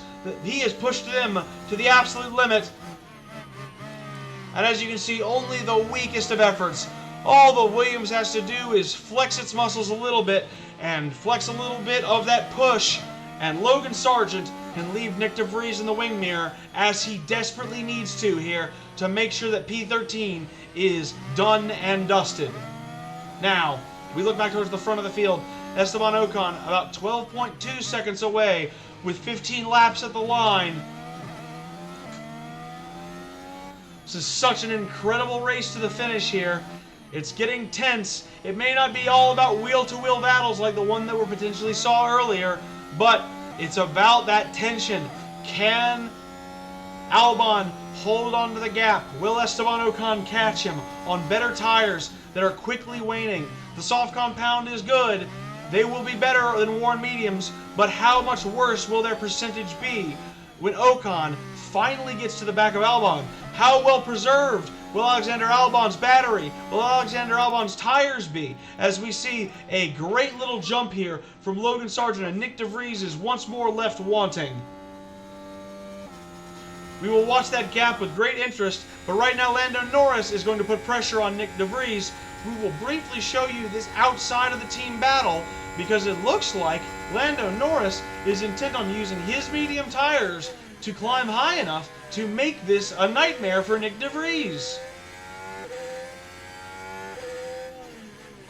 They will go into turn 2. Lando Norris, the young driver, already 100 races into his F1 career, already a veteran of the sport at age 23. He is climbing ever closer to DeVries, and the longer he stays behind him, the better it is for Logan Sargent.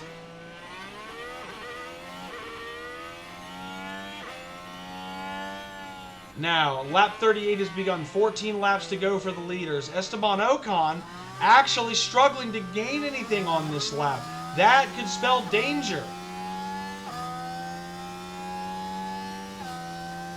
Because if he doesn't gain the second that he's been gaining, he will have lost yet another opportunity to make this close at the end of the race. That gap should be around 11.0. Instead, it's around 11.9. Albon having another great lap, it would seem, as he is moving forward with rapid pace. We will see how he comes across the line. His time for lap number 37, our lucky number, is a 1:48.3. Ocon running it towards the line. He will try to match or do it better than, but it has to be rapidly better than. And it really isn't. He only gains 1/10 of a second on Alex Albon. And his tires are now only 5% better than the Thai driver. Whew. Need to sit up straight here and recollect. I'm literally feeling a stomach cramp because of this commentary. It's been a long time since I've challenged my diaphragm like this, but I am having a blast. We do hope those of you watching at home are also having a wonderful time here as we get to view the Williams Racing Team's efforts in Baku in Azerbaijan. Now Sargent, he is still holding to DeVries. DeVries holding to Norris. Now Sargent, he might actually have to press a little bit through the second sector of the lap. He will do so. Copy. He's playing a cat and mouse game here with the Dutch driver, Nick DeVries. Just making him work his tires a little bit more as they finally start to wane a little bit on the Williams team.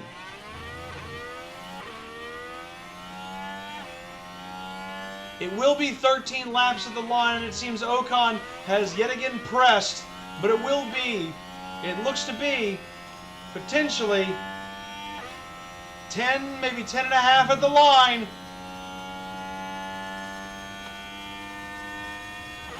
Sargent has pressed enough to continue to preserve fuel through the last part of the lap. DeVries is no closer. Copy. But Esteban Ocon will get closer. The gap is 10.3 seconds as Albon crosses the line. Ocon is indeed getting closer. A 1:49.8 for Albon. A 1:49 flat. That is 0.8 seconds. Agonizingly close with 13 laps to go here in Baku. Now the question becomes very quickly for the Williams Racing Team, when do you give Alex Albon permission to press his tires? He has done a remarkable job preserving them into this stint. Ocon within 4% off of his soft tires. He pit extraordinarily late, but all the push he's put through them is degrading them. Between 4 and 5%, as Albon's go down to 70. Esteban Ocon is giving everything he can on his tires, but by the time he gets here, he will in fact have worse tires than Alexander Albon. But it will be tense, it will be tight as we finish up here in the streets of Azerbaijan. We will have 12 laps to go at the line. Once Alex Albon reaches it, 12 and a bit laps to go now. He is 10 seconds ahead of Esteban Ocon. What will come of the final laps of this race?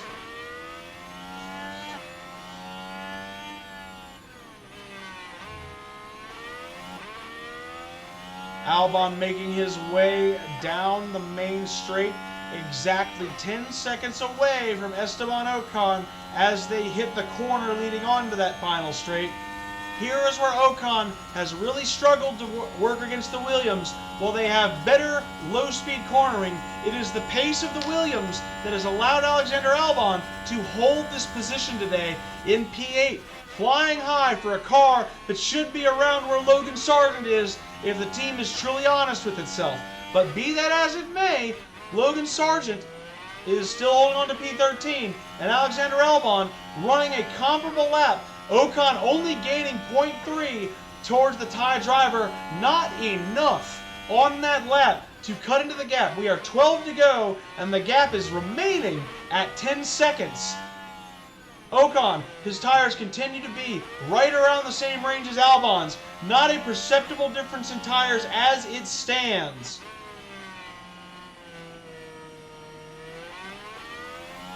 That is I'm glad to have that feedback, Garrus. I'm glad that this race has gone as well as you could have hoped for, that it has been a fun experience. I am loving doing this on stream. It is quickly becoming one of my favorite streams to do every week.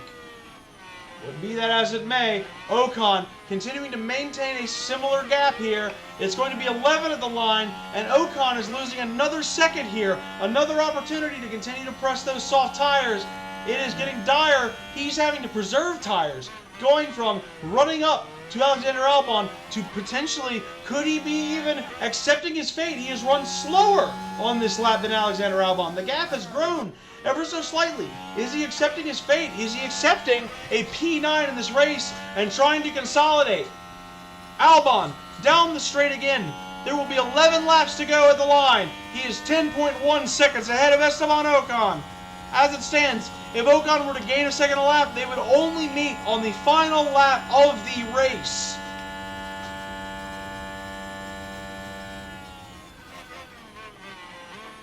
It is looking like Esteban Ocon might not have an answer.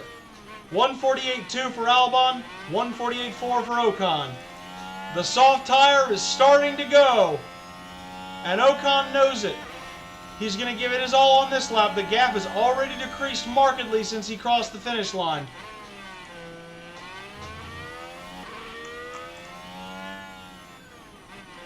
Ocon continues to make his way through the streets of Baku, smooth as you like.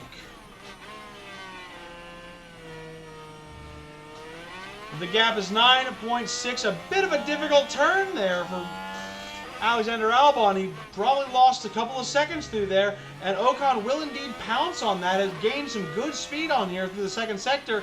It will be close. It is 10 laps to go for our leader, Charles Leclerc. Meanwhile, Alexander Albon, he is just about 9 seconds ahead with 10 laps to go.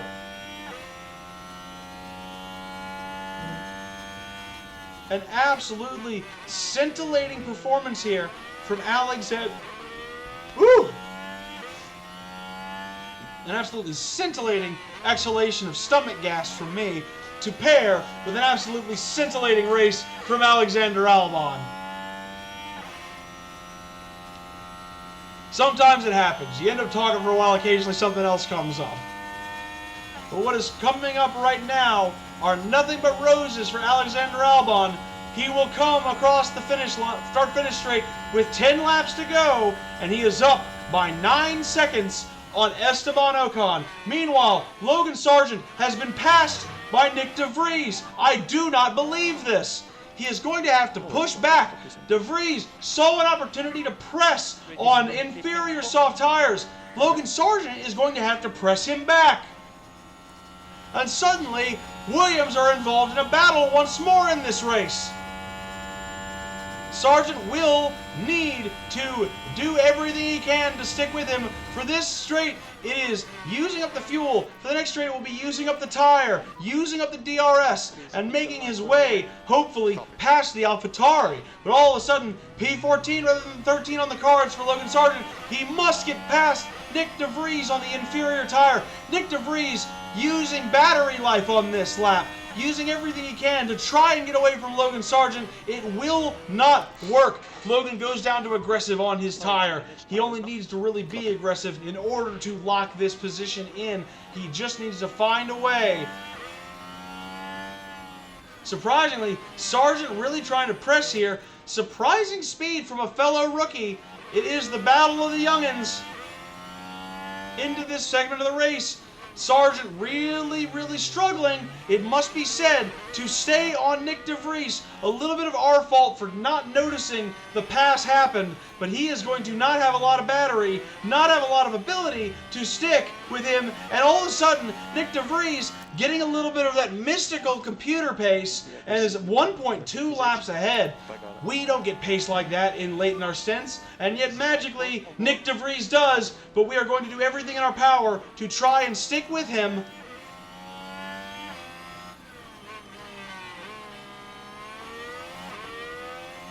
And it looks like Logan Sargent is going to use the straight line speed, and he will just stick onto Nick DeVries' DRS. Although that is a very irritating phrase to say, because we are so much faster than that stupid AlphaTauri as to be offensive. Main focus, time management, please. Yeah, I understand. Leave core increase, please. And now, suddenly, the Haas feels like it gets to join the party on its soft tires, because apparently we are just the easiest car in the entire world to pass.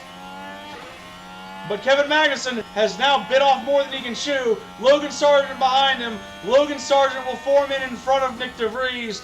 And the soft runners are in for a rude awakening, as this is precisely why we saved our tires for the end of the race. You can run, but you cannot hide. Meanwhile, it will be 8 laps at the line for Alex Albon and only 8.4 seconds to Esteban Ocon. Ocon is giving up, it seems. Ocon will not have the push up to Alex.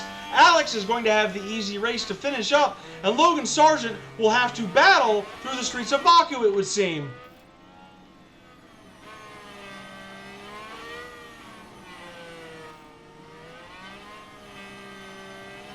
Now, good kick off of this. It seems DeVries used all the battery he was planning to use on the last lap.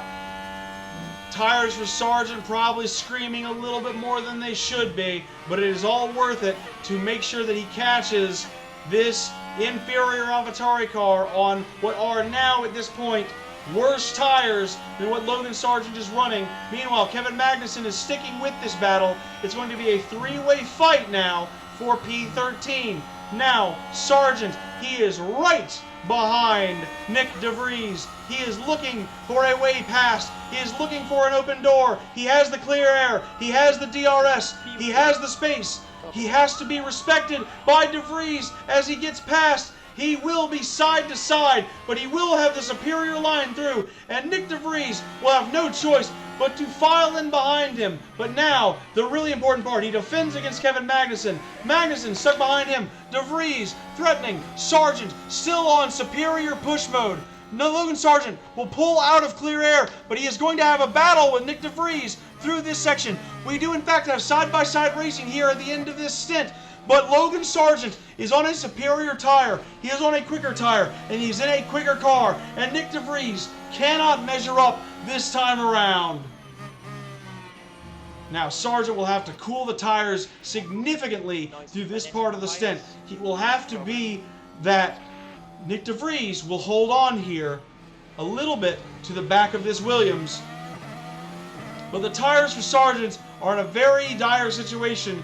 He will need to get a little bit more pace back into them if he wants to hold this P13.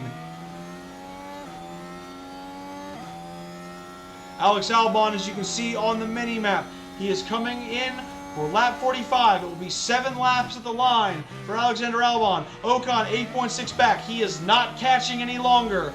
We will move Logan Sargent back to attack mode. The tires do not cool down the way we had hoped on that stint. They cooled down a little bit here at the start of this start-finish straight. but he is going to need every bit of pace possible to hold off Nick DeVries. Nick DeVries, likewise, going to use his pace to try to hold off Kevin Magnussen. And we have a makings of a DRS train led by Logan Sargent. DeVries is now going to get the pull ahead to the Williams driver. The American doing everything he can to stay at the front of this battle, and he will through turn 1. He will have superior pace off the corner. He will have superior pace going into this turn, but will the DRS make the difference? Nick DeVries gets the extra push of his battery. He is doing everything he can, but here comes Kevin Magnussen with a brilliant pass on the outside of DeVries, and he'll make a brilliant move, it must be said, onto the inside of Logan Sargent, and Kevin Magnussen is through on the soft tires. Logan Sargent will have to push to stay with him, but it looks like Magnussen, who actually does have a superior tire, will indeed hold on to that P13 and leave Sargent in his dust. Oh, it was a close run thing, but K-Mag is forging ahead. He saw the opportunity to make a double pass on that lap, and he has taken it, and there is nothing that Williams can do. They must simply continue to fight and push out pace to stay as far ahead of Nick DeVries as humanly possible through the end of this lap.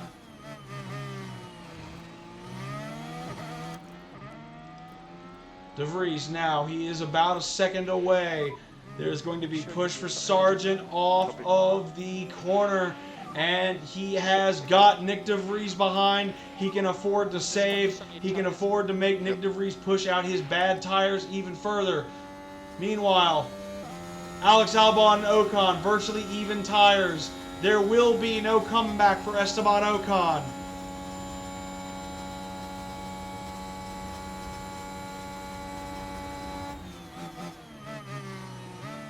Six laps remaining here, folks. Or rather, I should say 5 and a bit laps remaining, because the Ferrari is coming around for its final for its final 5 laps. So now the final 5 laps have arrived. Ferrari is so far ahead of us that they are literally going down the main straight as Logan Sargent is going up this one. But crucially, necessarily, we are holding. With 5 laps to go, though, I think it's time that Sargent push on these tires and try to catch Kevin Magnussen once again. Albon, just bring them home, buddy. Bring those tires home. You do not need to prove anything else. Ocon is far behind. Gasly even further behind. Logan Sargent doing what he can to suppress Nick DeVries, who is under 50% tire wear.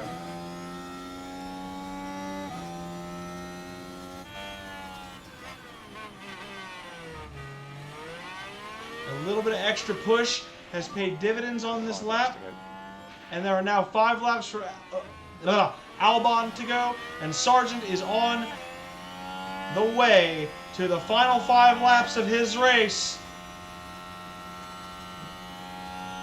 He is holding off Nick DeVries. He is losing pace to Kevin Magnussen, and it is time for him to turn his tires down a little bit to preserve their viability for the very final laps of this race, where he will need to hold off Nick DeVries in case he makes another push up towards Williams. But now we take the opportunity, with 5 laps to go, to follow our intrepid hero Alex Albon. Esteban Ocon at this point would need to catch him at a pace of more than a second a lap to make a comeback viable.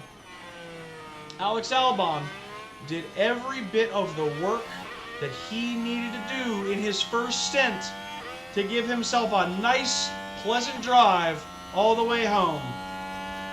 The key now, treat this like a drive in the country, a nice, relaxing little jaunt, or rather a city drive, we should say.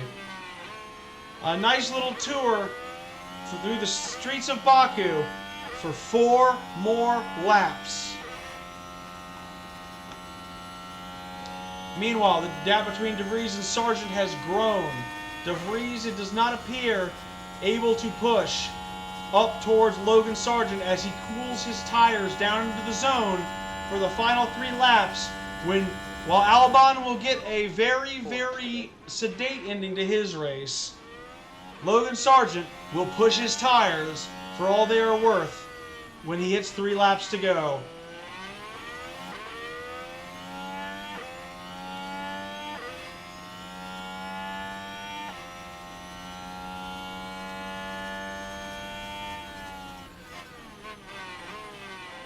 This has been a very good race. Knock on wood, this has been a very, very good race. Alex has exceeded all expectations I had for him. I am dumbfounded by how well he has run this race. Meanwhile, late in, Max Verstappen will claim on the 4th to last lap, the fastest lap of the race, and he is challenging Charles Leclerc for the race lead. Let's take a look at this really briefly, because Max Verstappen has come all the way back and he is on better tires than Charles Leclerc. This could be a pass for the lead, but it will not be on this lap. Wheel-to-wheel action for the win of this race, though. Absolutely astonishing. Meanwhile, Alex Albon, he will only go down this straight 4 more times. He must make every single one of them worth it.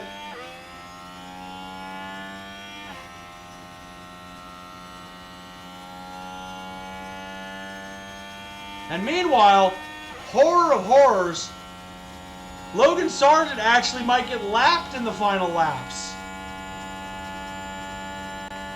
Can't allow that to happen. He's actually further forward than I thought he'd be. 3 more laps. But there are 3 laps to go. There is no need for Alex Albon to push his car. He has already driven it to the limit. There is no need for him to push the tires. He can just coast on home. But we come back here now to Logan Sargent. Or actually, we're going to go back to Max Verstappen here in the front of the lead, because with 3 laps to go, this is a move for the lead. Leclerc in first place, Verstappen threatening.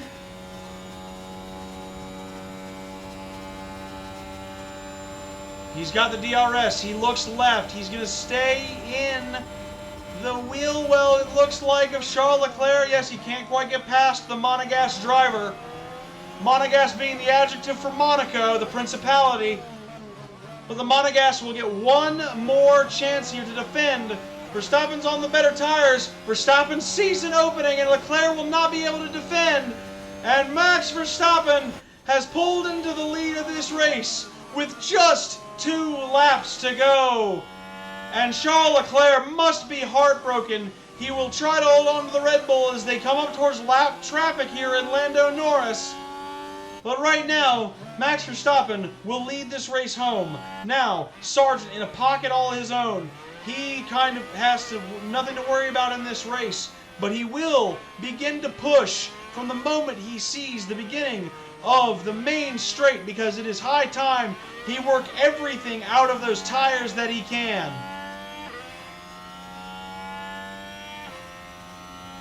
As we wait for the turn, as we wait to see, 2 laps to go. Alexander Albon is on his last 2 laps. Logan Sargent is now free to You aggress. can push. Copy. We go to Albon. We await Sargent's progress.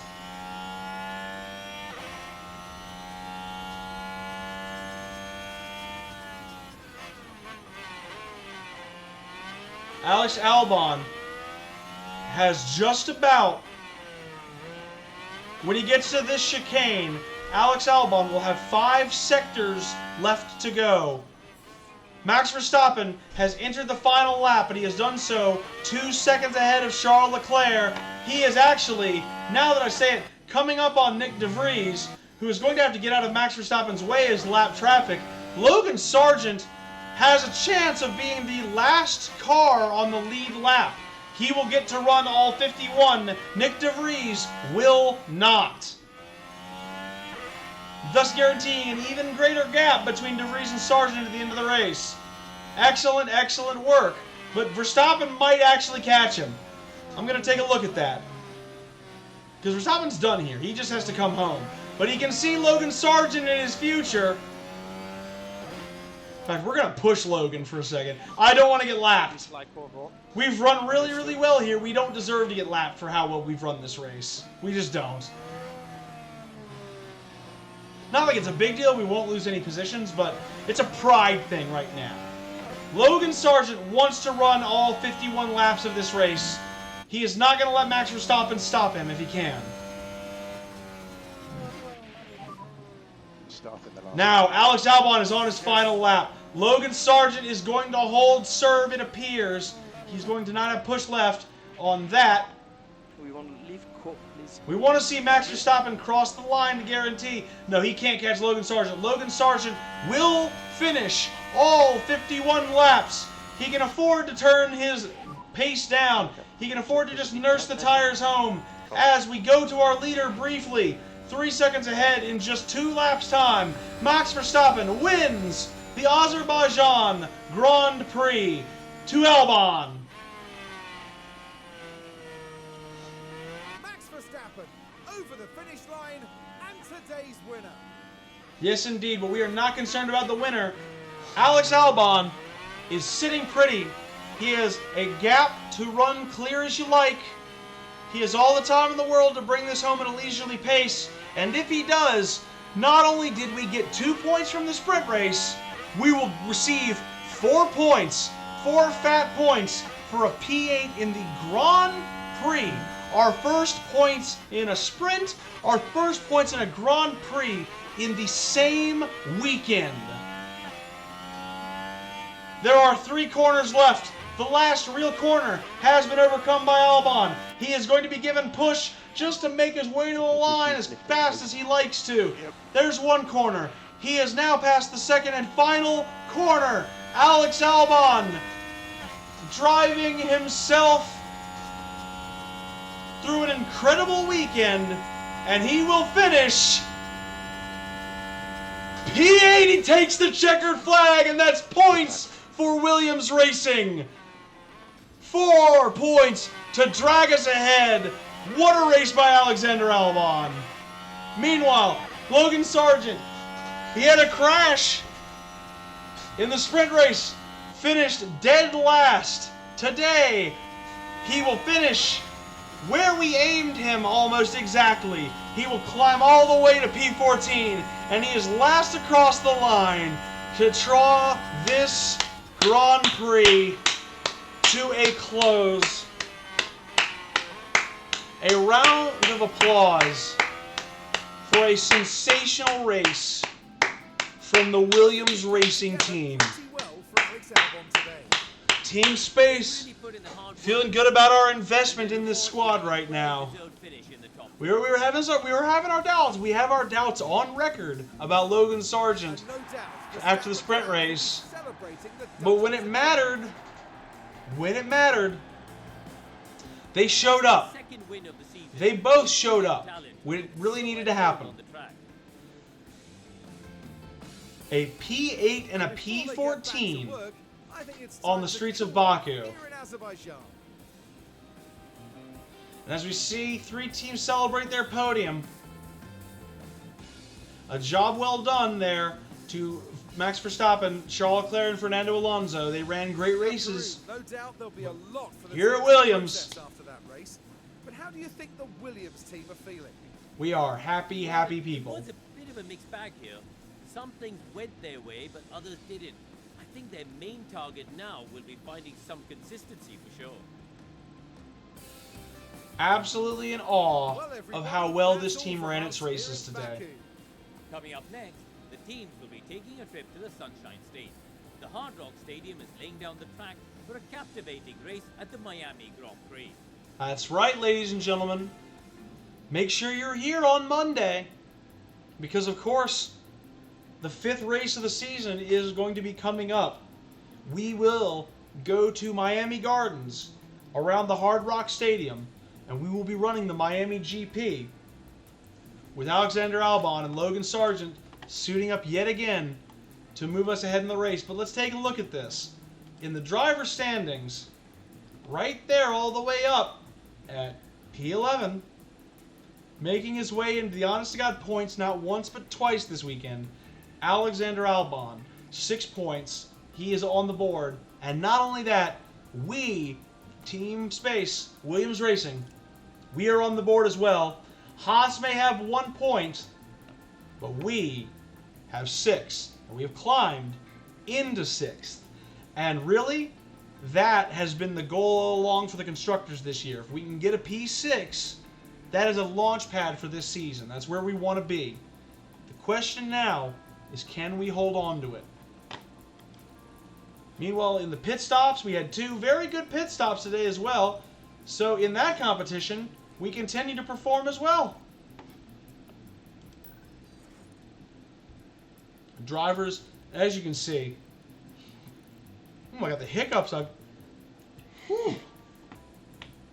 Got so much trapped air after all that commentating that I couldn't even talk about just how unbelievable this weekend is. Look at this. Practice, 11th. We did not care about practice pace. Qualifying, 9th. Sprint, 7th. Race, 8th. Unbelievable work from our head driver. And now, the bill comes due. We do win $3 million in rewards from that race, but because of what happened at the end of the sprint, we actually finished this race in the red for $2 million, and that may actually cause us some problems when we get back to the factory. We're going to continue back. We're going to see what that balance is. It's $5.7 million. We're okay. We're actually okay. As aerodynamic testing period 3 starts today, and we will do our business around the factory to prepare for Miami Gardens soon. After all, if you look at the calendar, Miami is just in 4 short days in game time. So, we will have that to look forward to. But right now, I'm going to save. I'm going to say to all of you out there who have watched this race, thank you so much for being here. This was awesome. I never thought I was going to get to up to P8 with Albon in this race. He just absolutely raced his heart out today. And we got up into the points, and I don't believe it. I'm very, very happy with how that went. We went very long today because we had 2 races to run. Most weekends aren't that long. We had to run 68 laps at one of the longest circuits. But we did very well, and we will be back on Monday for Miami Gardens. But the nice thing is, not only can we do that, but I got a friend of the harem who we can actually go raid today. Because Stephanie Stone, who we have done some Super Smash crossover tournaments with back in the day, she is playing a little Phasmophobia. Now, I know that, horror game, so I know you all might not stick around for it, but I do ask if you want to, please just stick around for the raid if you can, and we will go say hi to Stephanie, and we will avoid the spooks very possible, because I'm going to be lurking. I got other stuff to do, and you do not have to stick around, but we're going to go say hello to Stephanie Stone, a wonderful streamer who I know you all will enjoy when she's not doing horror content, because Garrus, I know that's not your thing. But for right now, from Alex, from Logan, and from myself, this has been another episode of Williams Wild Ride. Team Space continues to move upward, and I will see you all here on Monday for the Miami GP. Take care, everybody. Have a good night.